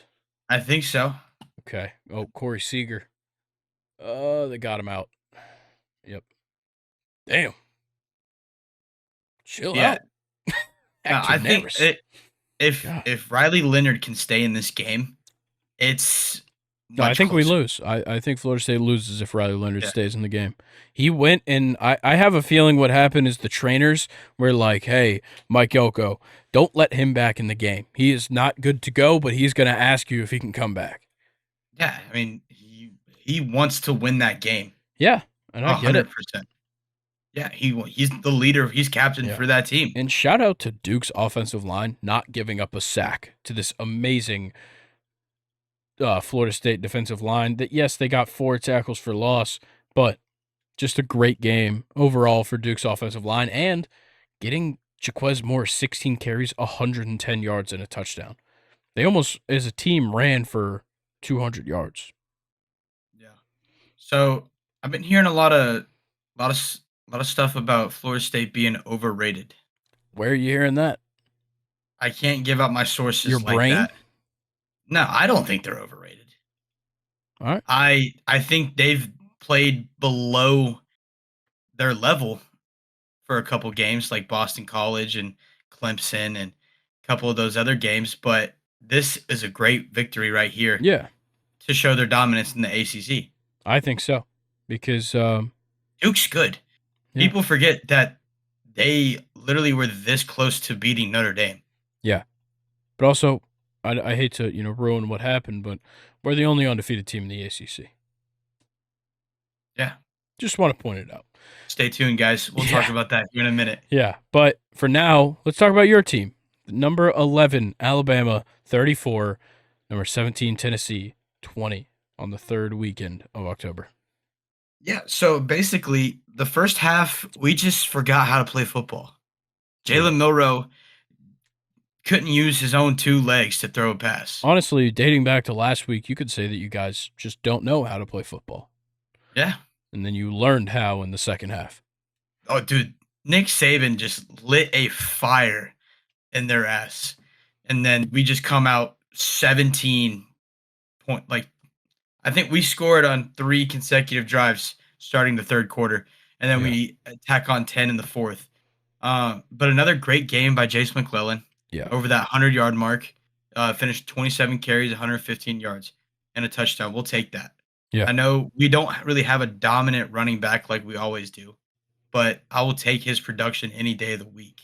Yep. And I will say, did you see when the Tennessee defender tried to punch the ball out of Roydell Williams and just punches him straight in the back? Yeah, it was hilarious. Like, what? But one thing, I'll let you talk here in a minute. Jalen Milroe just loves the deep pass. Yeah, he does. It seems like that's how he can only score touchdowns. Yeah. It's ridiculous. Like, he didn't have a great game. 14 for 21, like a 66% passing percentage, but 220 yards, 2 touchdowns. Yes, the interception hurt him, but when it comes down to it, when you're facing Joe Milton, as long as you can pass for a decent percentage, you're going to be fine, because Joe Milton has a rocket of an arm and doesn't know how to turn it off. I've said it before on this podcast. You ask him to throw 40, he'll throw it 40, and if you ask him to throw it 20, he'll throw it 40. That's what he did in this game. He overthrew so many goddamn receivers, except Squirrel White. One fucking hell of a name. I love that Yeah. you pointed that out to me earlier because I didn't even know this guy existed. 10 receptions, 111 yards, and a touchdown for possibly the best name in college football, Squirrel White. Yeah. I'm also rocking with McAllen Castles. Yeah, that one's solid. Amari That's Black is a good one for we Alabama. talked about that last Yeah, we week. talked about him last week. Jahad Campbell, I didn't even see that one. Topical. Yeah. Um, I'm trying to see the Nico Slaughter. that one is good. Karat Garland. Gabe Judy Lally.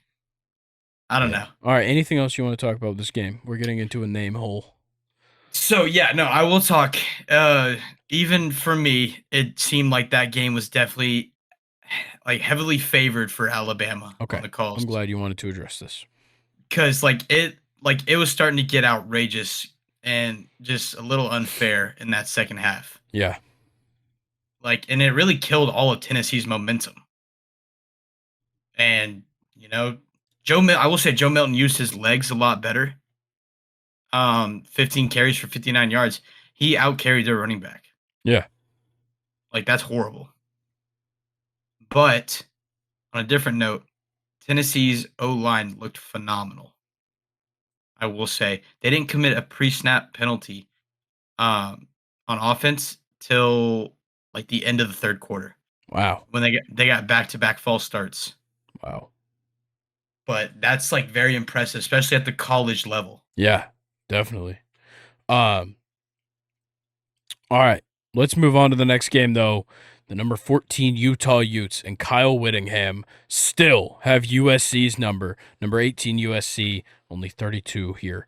So Utah gets the 2-point win, but this time without Cam Rising still. Cam Rising's probably not going to see the field all season, but Bryson Barnes gets it done while Caleb Williams fucking sucks it up for the third week in a row.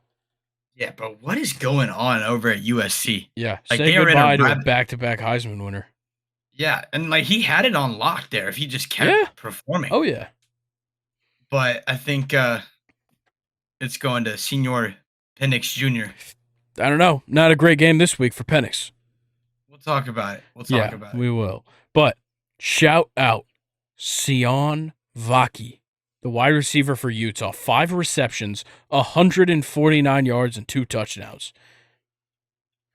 Bro, look at that lineup of names, the top 3 receivers. Yeah, Money Parks, Devon Vele. And yeah, Mikey Jaquindon Matthews. Jackson as the leading rusher, 26 carries, 117 yards. Bryson Barnes, the quarterback, had 57 on the ground and a touchdown.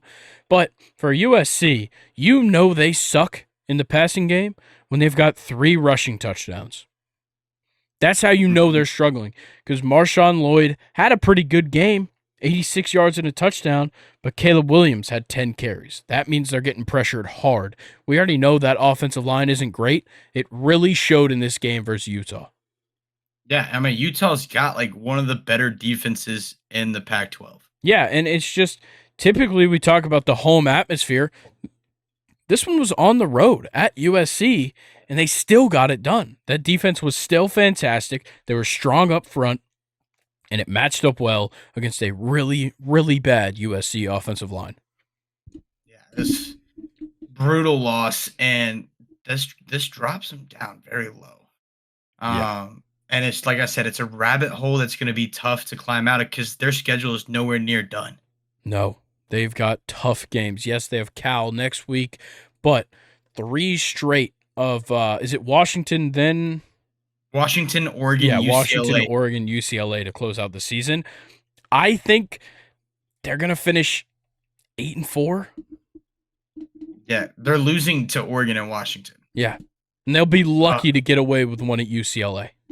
Yeah, yeah. The UCLA one is at USC, so that It's the might be same the only thing that. place.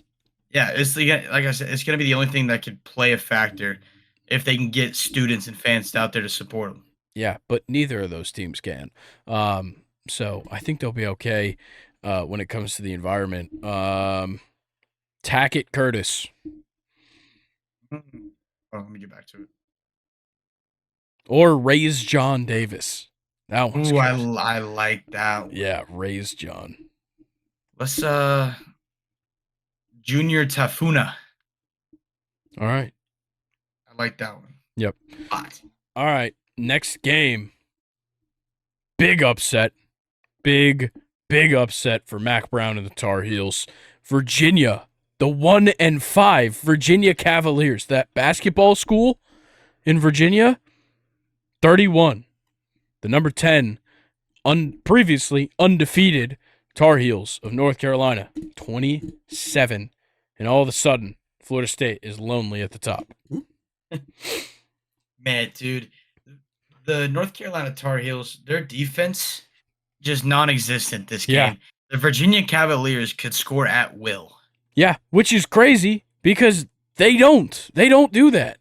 Like, No. UNC should have been insanely good. They should have blown them out of the water. Omarion Hampton had 112 yards. I think he has 100 plus every week. Drake May had one of his better performances of the season. He had a rushing touchdown, and he threw for 347, 2 touchdowns, and 1 pick. But still, Tez Walker making a huge impact in this offense, and I think just his second week back, 11 receptions, 146 yards, and a touchdown. Bryson Nesbitt, 3 receptions, 93 yards, and a touchdown. And you still can't get it done against fucking Virginia. Yeah, it's horrible. It is god-awful for this team. Like I'm just like, look, like... I will say, Virginia quarterback, good quarterback name, Tony Muskett. Hey. That's solid. I mean, I like their wide receiver, Sackett Wood Jr. That is good, too. Malachi Fields, good name as well. Dakota Twitty. Ben Smiley III. Oh, That's gotta be the best. Come on. Or Chico Bennett Jr. I like that. Chico Bennett Jr. You always got to look at the kickers and punters. That's where you get some good names. Yeah. Or the punt returners. Sedarian Harrison for Virginia and Elijah Huzzy for North Carolina. Yeah, that's nice. Solid names. Yeah, look, North Carolina just fucking choked in this game. And they blew their chance at a playoff. Yeah, they entirely lost their chance at the playoffs, but giving up 2 touchdowns in quick succession, a touchdown and a field goal in quick succession in the third quarter killed them. Like, UVA was down by 10 in the third quarter with only 9 minutes left in the third. UVA scores the touchdown on a long 13-play, 74-yard drive that took 5.5 minutes. They march down, they kick a field goal, they tie up the game. Then UNC settles for the field goal, and then UVA gets a touchdown and holds them for the last 8 minutes of the game. It's insane, man. Yeah, crazy. Absolutely insane. Hey, there's always that one upset a year in the ACC. Oh, always. Yeah. Well, there's been plenty of upsets this year in the ACC. But, yeah, that one's tough for North Carolina.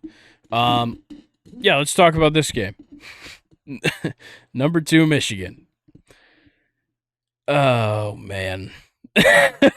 And it must be so hard having to go scout out for the Spartans. Yeah. They're just so good this year. Yeah, they probably called Mel Tucker on the phone. He was beating his cock. But, yeah, Michigan, number 2, 49 points against the unranked Michigan State Spartans, 0. Yeah. J.J. McCarthy had a good game. Yeah, Michigan State showed Hitler on the scoreboard. No shot. Yes. Actually? Yes. Oh, my. Bro. Yeah, so everything is going wrong for Michigan State. Anything that could possibly go wrong. Your head coach has been fired for jerking off on the phone with some lady. Your team just lost 49-0 to your in-state rival, and you showed Hitler on the fucking scoreboard. Come on. They're about to get canceled as a university. Yeah. As a whole. I did get a notification that the kid that works, Michigan State suspends staffer, says quiz with Hitler image not viewed in full. You don't even need to review these things. You just don't put him in the fucking presentation. It's crazy. Exactly. It's insane that even happened. But to the actual football that happened, J.J. McCarthy, 21 for 27, 287, and 4 touchdowns. Wow. Yeah, that was great. A good performance from J.J. McCarthy. Yeah, Blake Corum had a touchdown, but a very average day on the ground. 15 carries for 59 yards. And really, I mean, that's really about it. Yeah, J.J. McCarthy spread the ball out really well between A.J. Barner, Colston Loveland, and Roman Wilson.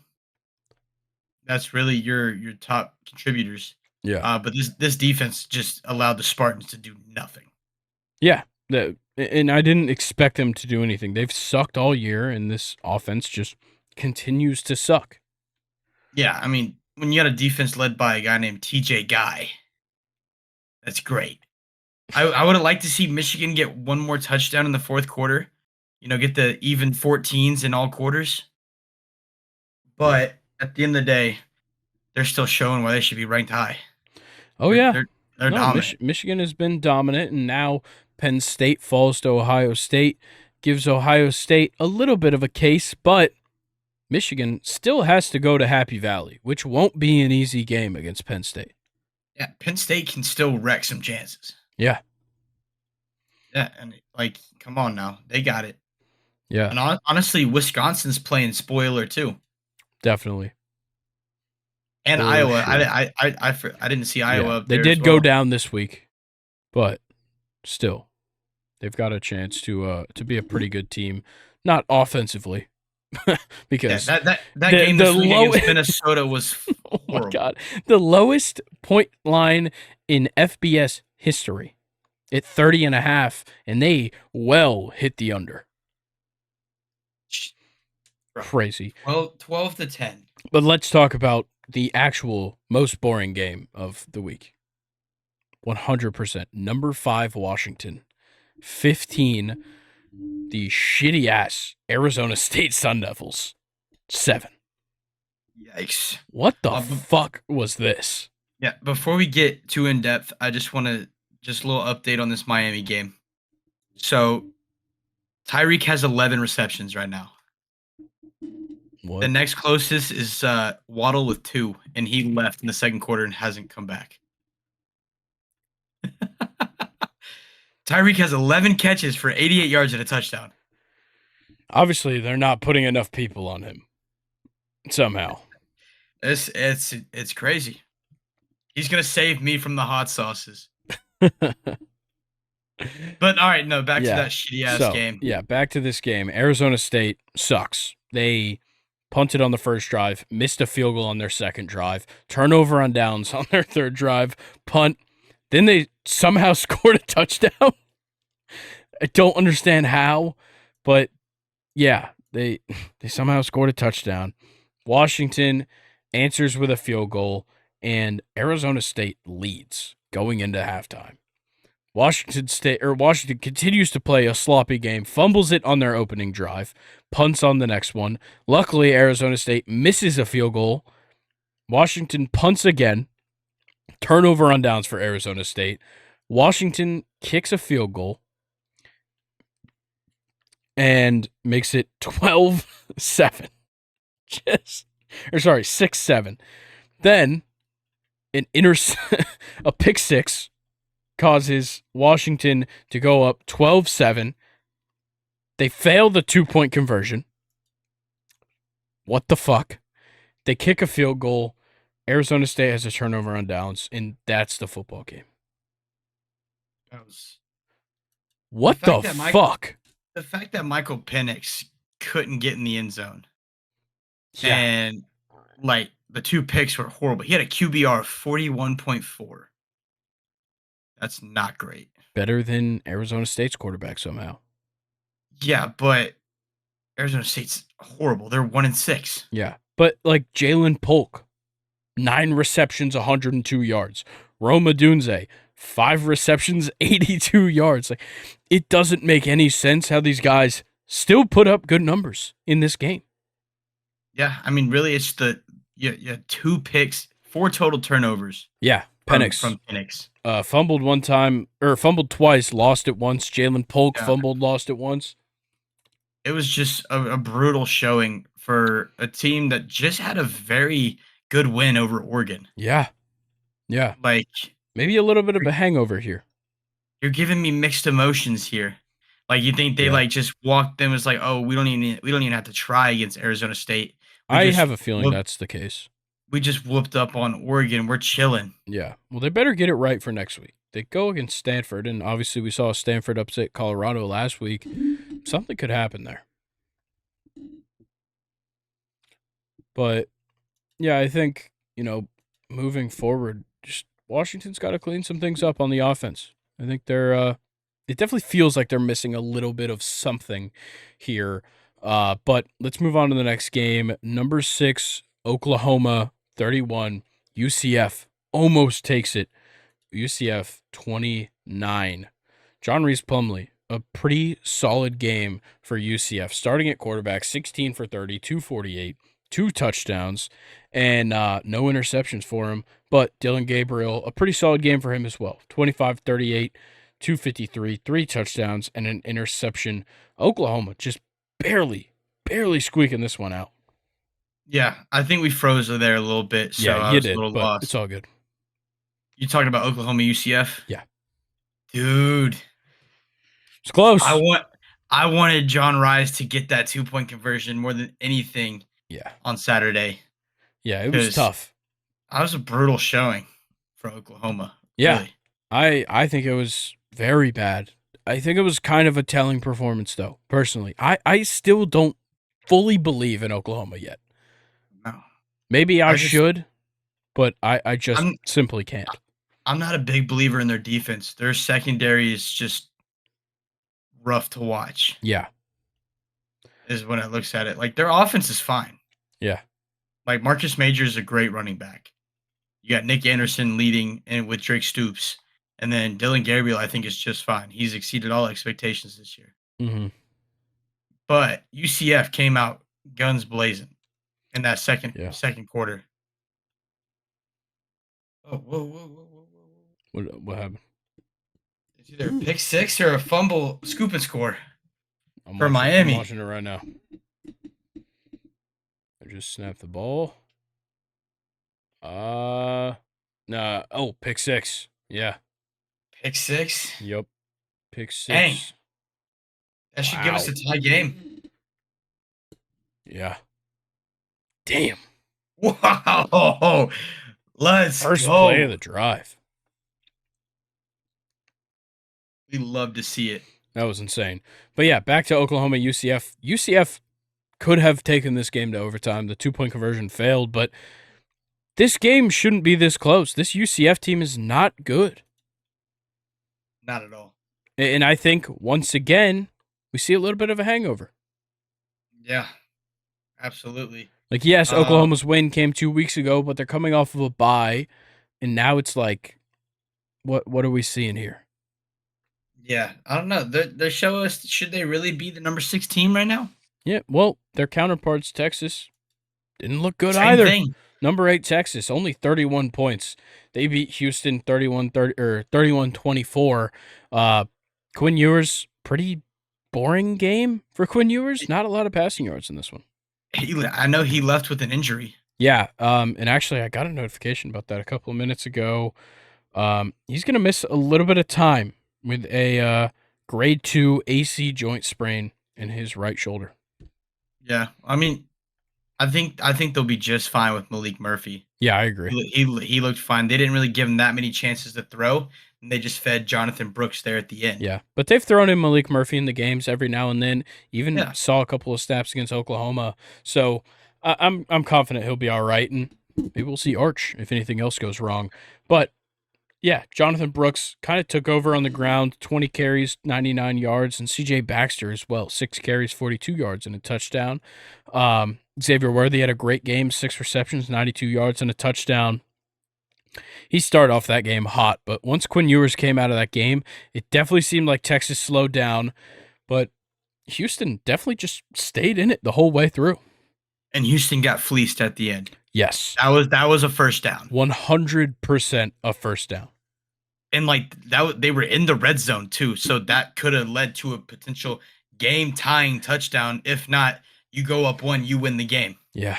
Like that's you cannot make that call right there. No. Like It was so obvious too. Yeah, it was Like they were, brutal. they, like I was genuinely like pissed. Like Yeah. I was sitting there with Sabi. We're out on the back deck, got the TV set up, and I think we alarmed all the neighbors. Just emptying every cuss word in the book. Letting it Because fly. Texas, they got away with one. They should really be 5-2, or there's a good chance they should be 5-2 right now. Yeah, there definitely is. But let's talk about the final game we'll be talking about this week. A double overtime thriller. Miami getting the win over the Clemson Tigers 28-20. Cade Klubnik, you still suck. And so does Will Shipley. Yeah, they're not great. Like Klubnik had 314, but 18 for 34. He threw a pick in this game, but Will Shipley's the one that sucked everything out of this team. 15 carries, 44 yards, a That's 2.9 horrible. average. That is horrible. Yeah, well, on Miami's side, it wasn't much better. Emory Williams had a horrible game at quarterback with Tyler Van Dyke out. But the fact that Clemson lost to Miami with Tyler Van Dyke out is crazy. Yeah, they should have dominated that game. Yeah. You've got Brashard Smith on the ground for Miami, 4 carries, 87 yards. Donald Chaney Jr., 63 yards. Ajay Allen, 16 carries, 54 yards, and a touchdown. Jacoby George somehow had 0 carries, 0 yards, and a touchdown. I don't get why ESPN says that. He had a touchdown. What did he do, though? I don't know. Did he pick up like a fumble for a touchdown? I don't know. Maybe? Well, let's. Does he have a fumble recovery? No. It just says Jacoby George 0 yard run. That's all it says. Interesting. Oh well. Don't know how that happens. Yeah. That was in the first quarter. What the fuck happened? Wait, it's one play, 80 yards is what it says. ESPN's probably glitched as fuck, so it's fine. I am so lost.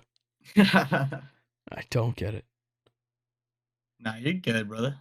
Yeah, that's so weird. Yeah, ESPN must be fucked up. But yeah, like this game was insane. It goes to overtime. Miami just clutches it up in overtime and they get the win. Strong win. Yeah. Because what that improves Miami. That's their first conference win this season. Yeah, makes them Oh 5-2. no, yeah, and they're right under Clemson. Clemson's 2-3 for the conference. Miami's 1-2. Yeah, and Miami maybe has a tough game next week against Virginia. Maybe. Who knows? We don't know. But Miami down the road, NC State, Florida State, Louisville, all back to back to back. Like, that's not easy. And it's a good way to get some confidence, is beat the Clemson Tigers at this point in the season. Yeah, absolutely. But with every week comes a new AP poll. And Wait, I want to talk about one more game before we go. Have at it. Number 20, Missouri, whooping up Yeah. on them Gamecocks. Did I just totally not put that on the prep sheet? I didn't see it. Nope, I didn't. You're right. All right, cool. 34-12. And Yeah. just an absolute dominant win. Yeah, Brady Cook didn't have his greatest game, but that's because Cody Schrader did. 26 carries, 159 yards, and 2 touchdowns. Yeah. Like, wow. But that's really all I want to say. Spencer Okay. Rattler's a bum. No touchdowns. Yeah, Shane Beamer's out here fucking making excuses like, maybe when this construction's over, we'll have a better presser room for the head coaches after the game. What the fuck are you talking about, dude? Get the fuck over it. Maybe win a game. Yeah. Maybe make me give a fuck about what you have to say.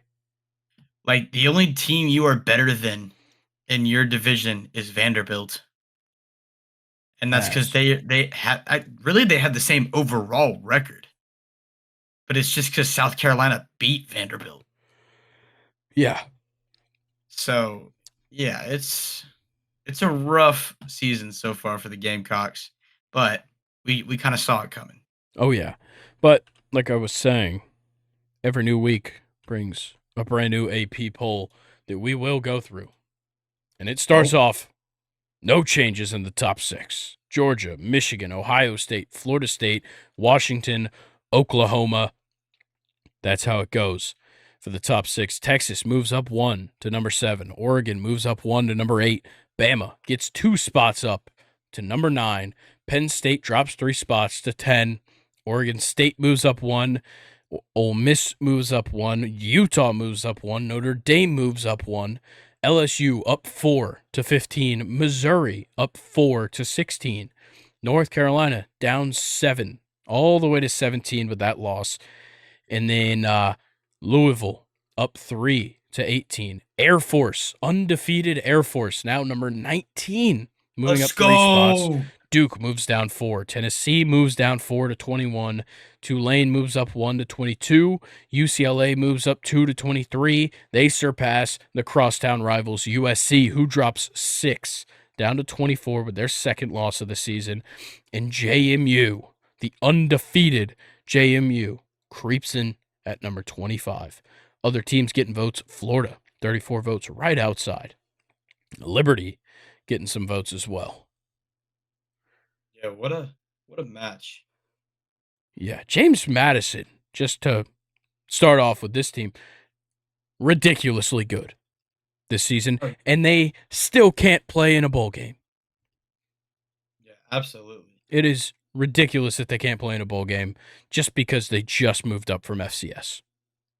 If anything, that's more reason for them to play in a bowl game. I was about to say that's more impressive. Yeah, it's But absurd. I will say it's like I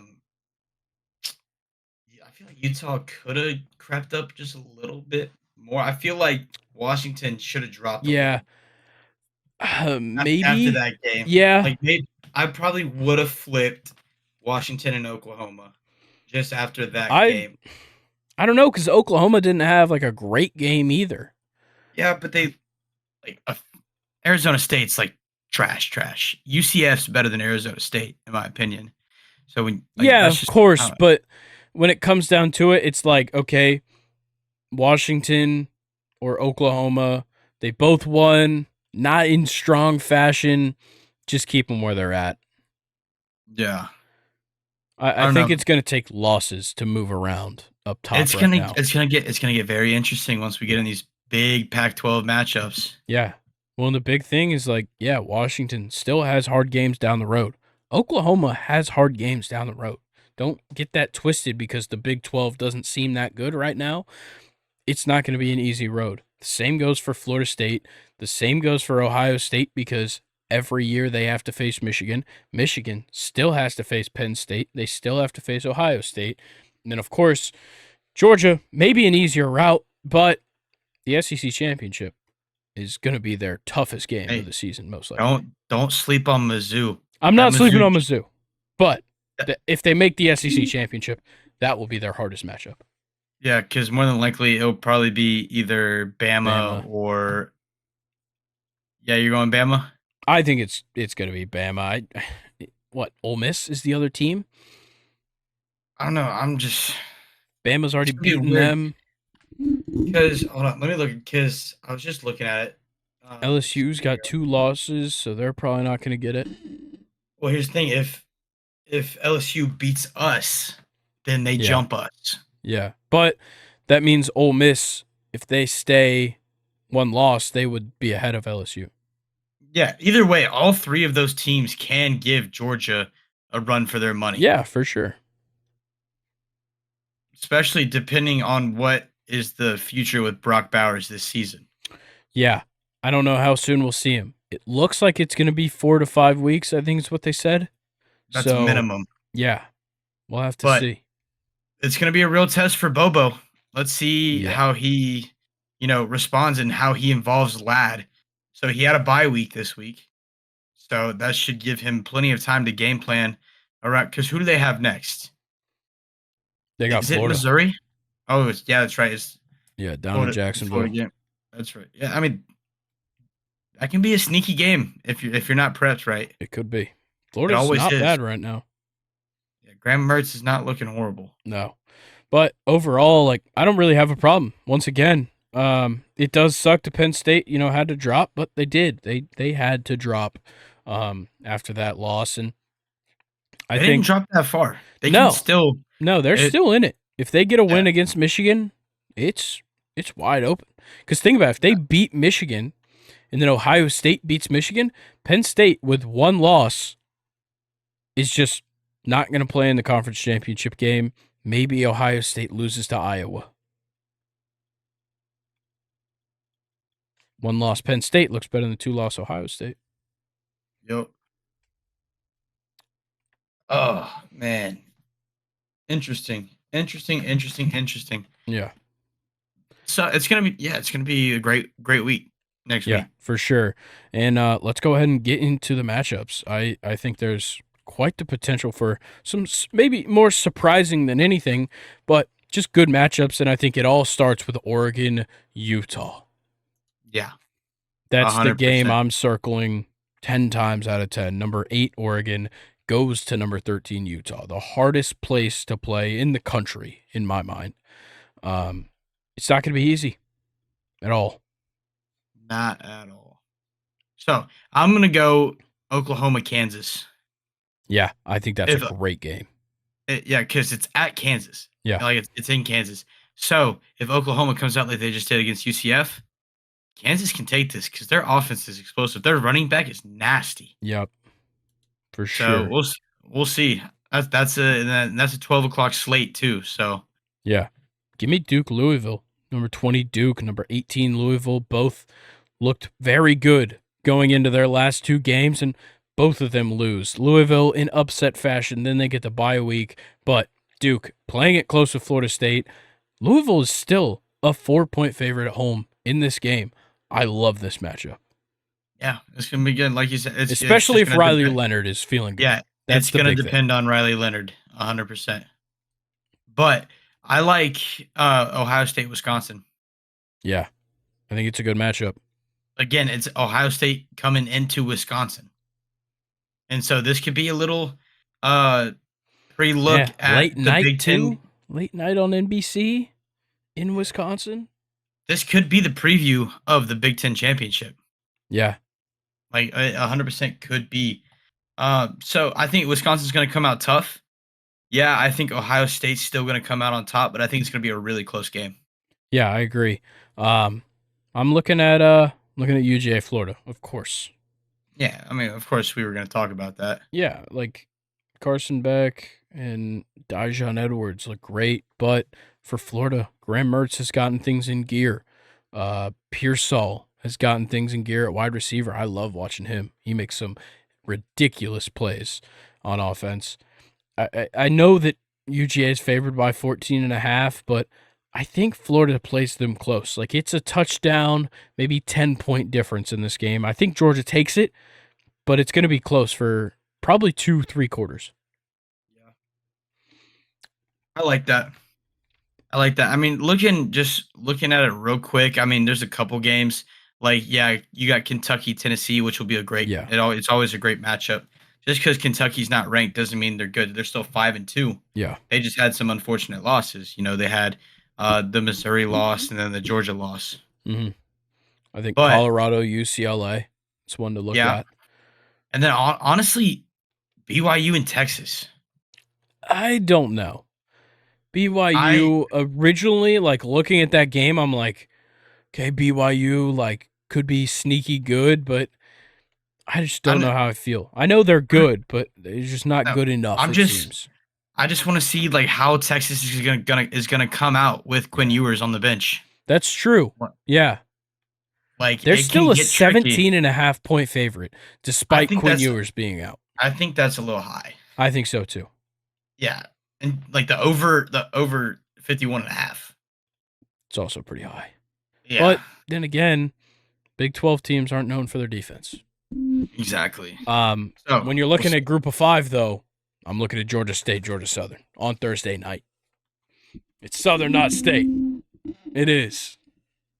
Oh, this 10:30 slate game. Yeah. Oregon State, Arizona. Great game. There's I another like good that. game at that one, but it's in the Mountain West. UNLV, Fresno State. You're a big Fresno State guy. I love watching Mountain West football, I I must say. got you. Also, if you want a little midnight snack for you gamblers out there, 11:59 p.m. San Jose State versus Hawaii. Shit game. Shit game. But Rainbow Warriors. if you're down on your luck, I'm taking Hawaii to cover the 8-point spread. Just saying. I don't know. Yeah, we can't do that. No, Nope, can't do it here, but if you'd like, you can. Also, over under 61 in that game. It's going to be fun to watch. Might take the over in that game if you're. Well, if you're a you saw the gambling over man. for the Colorado game, right? No, what is it? 64 for Oh, Colorado UCLA. I like that. I like that a lot. Oh, it's gonna be interesting. And then even North Carolina, Georgia Tech Yeah. is 63.5. Oh yeah, and going up against Colorado, Dante Moore. I think 3 straight games with a pick six. I think he's going to make it far. Shit, Grayson, you trying to go to that UNC game? It's in Atlanta. Oh, at Georgia Tech? Yeah. I could speak with some constituents. Get us in the game. You can go fuck with Drake May a little bit. Fuck you. Hey.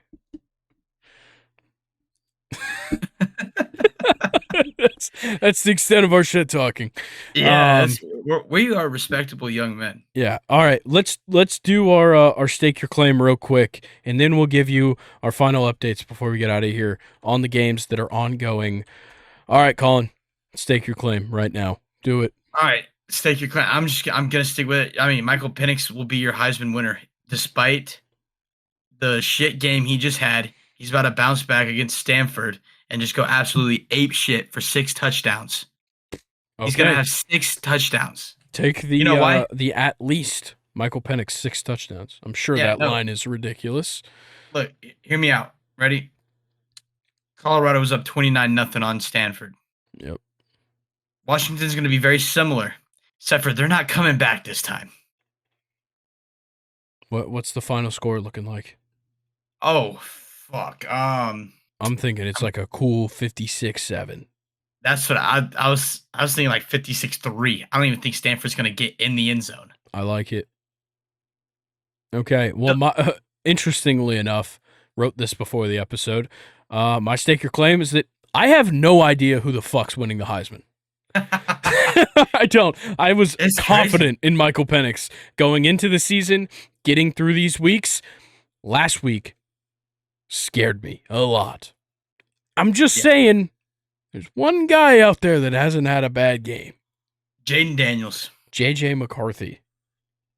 I hate him, but he seems like it seems right. Who the fuck has he played? They're playing nobody. That's the best part for him. I will start talking about JJ when he plays somebody and can prove to me. When he plays Penn State, that's literally Penn State game is Heisman or not. Because if he doesn't play well in that game, he's definitely not playing well against Ohio State. Yeah. Also, Jordan Travis. Just want to bring that one up. I knew that. He's in the conversation. He's in the conversation. You can't doubt it. I'm doubting it. I'm just saying. All right, final updates on the ongoing games. Right now, the Rangers, 4-2 lead. Bottom of the 8th, 2 outs. Jose Leclerc in the game in the 8th. What? Who's going to close the game? Oh, no. Maybe they bring in Scherzer to close? Chapman hasn't come in yet. Well, we'll see Chapman in the 9th. Yeah, Eovaldi went 6.1, 5 hits, 2 runs, 3 walks, 4 Ks. 88 pitches. Spores came in for an inning, 1 hit, 1 walk, 1 K, and then Leclerc has gone through only 0.1, so Leclerc might get the wraparound into the 9th. Yeah, I got you. Also, never mind. Go ahead. For Houston, Phil Maton came in, one inning, 1 K. Neris, 1 inning, 1 hit, 1 walk. And Bobby Abreu's back. What? Maybe his suspension's up. No, it's wait, Brian Abreu? Is that who it was? Was it Brian or Bobby? Am I stupid? Did I say Bobby Abreu knowing that it's not Bobby Abreu, it's Brian Abreu? I honestly have no fucking idea. I don't remember that stuff. All right, fair enough. I don't pay attention to you. I don't know. He's pitching. Whatever. Yeah, there's not much else to say, But it's football game though. Football game is weird, man. Eagles up 24-17. Why is Tyreek not on the field this drive? Why was Tua just sitting on the ground? I don't know, but listen, Tyreek hasn't been on the field this whole drive. It's not good. Waddle's back though. He's got 5 receptions. Yeah, he's slant king right Tua now. Just dropped the ball, picked it up, and no, it was a horrible snap. Yeah. Oh, was it? It looked like he dropped it. No, it never left the ground. Damn. All right. Oh, there we go. Updates. Yeah. Eagles 24, Dolphins 17 early in the fourth quarter. 11 minutes, 33 seconds to go. Texas, they got out of it in the 8th. Strikeout. Yo, was that not pass interference right there? A potential pass interference call. If you couldn't tell. Let's see. What's the call, Colin? Nothing? Yeah, there's no flag. No flag on the play. So that's a pick by Mr. Darius Slay. That shove looked a little early. I don't know. I think he hit him kind of right as Slay caught it. Oh, wait, hold on. No, that was because he was making a play back to the ball, and I think it was Bradbury that was pulling him back and preventing him from going after the ball. Either way, I don't think you can't argue it. So yeah, it's just a missed call. I don't know. I think that was clean, personally. All right. Well, I think that's gonna do it for us, man. Our first ever Monday episode. I think it went fantastic. Just over 2 hours. Perfect timing. That's great. All right. Vibing. Well, as a reminder, make sure you're following us on all the social media accounts. I'm gonna switch it back over to the other screen. It's all the ones right here below us right now.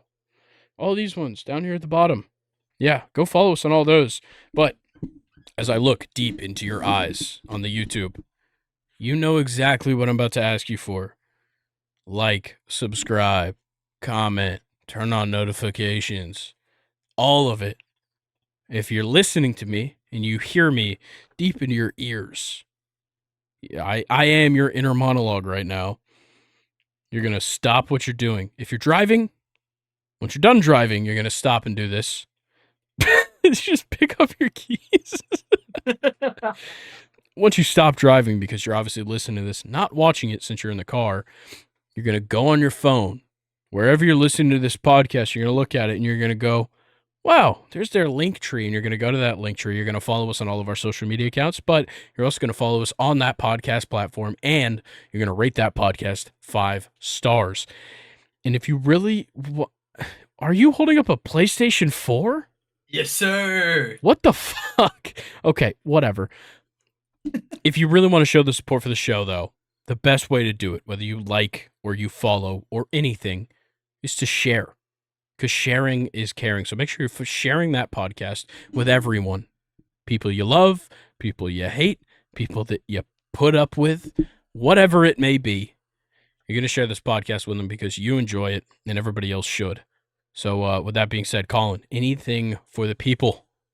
Yeah, just let us know what you thought about the first Monday episode. Yeah, let us know. I'm going to put up a poll on my Instagram when I post the promo. Did you like Wednesday episode or Monday episode? Yes, no. Put it back on Wednesday. Your answers will determine everything.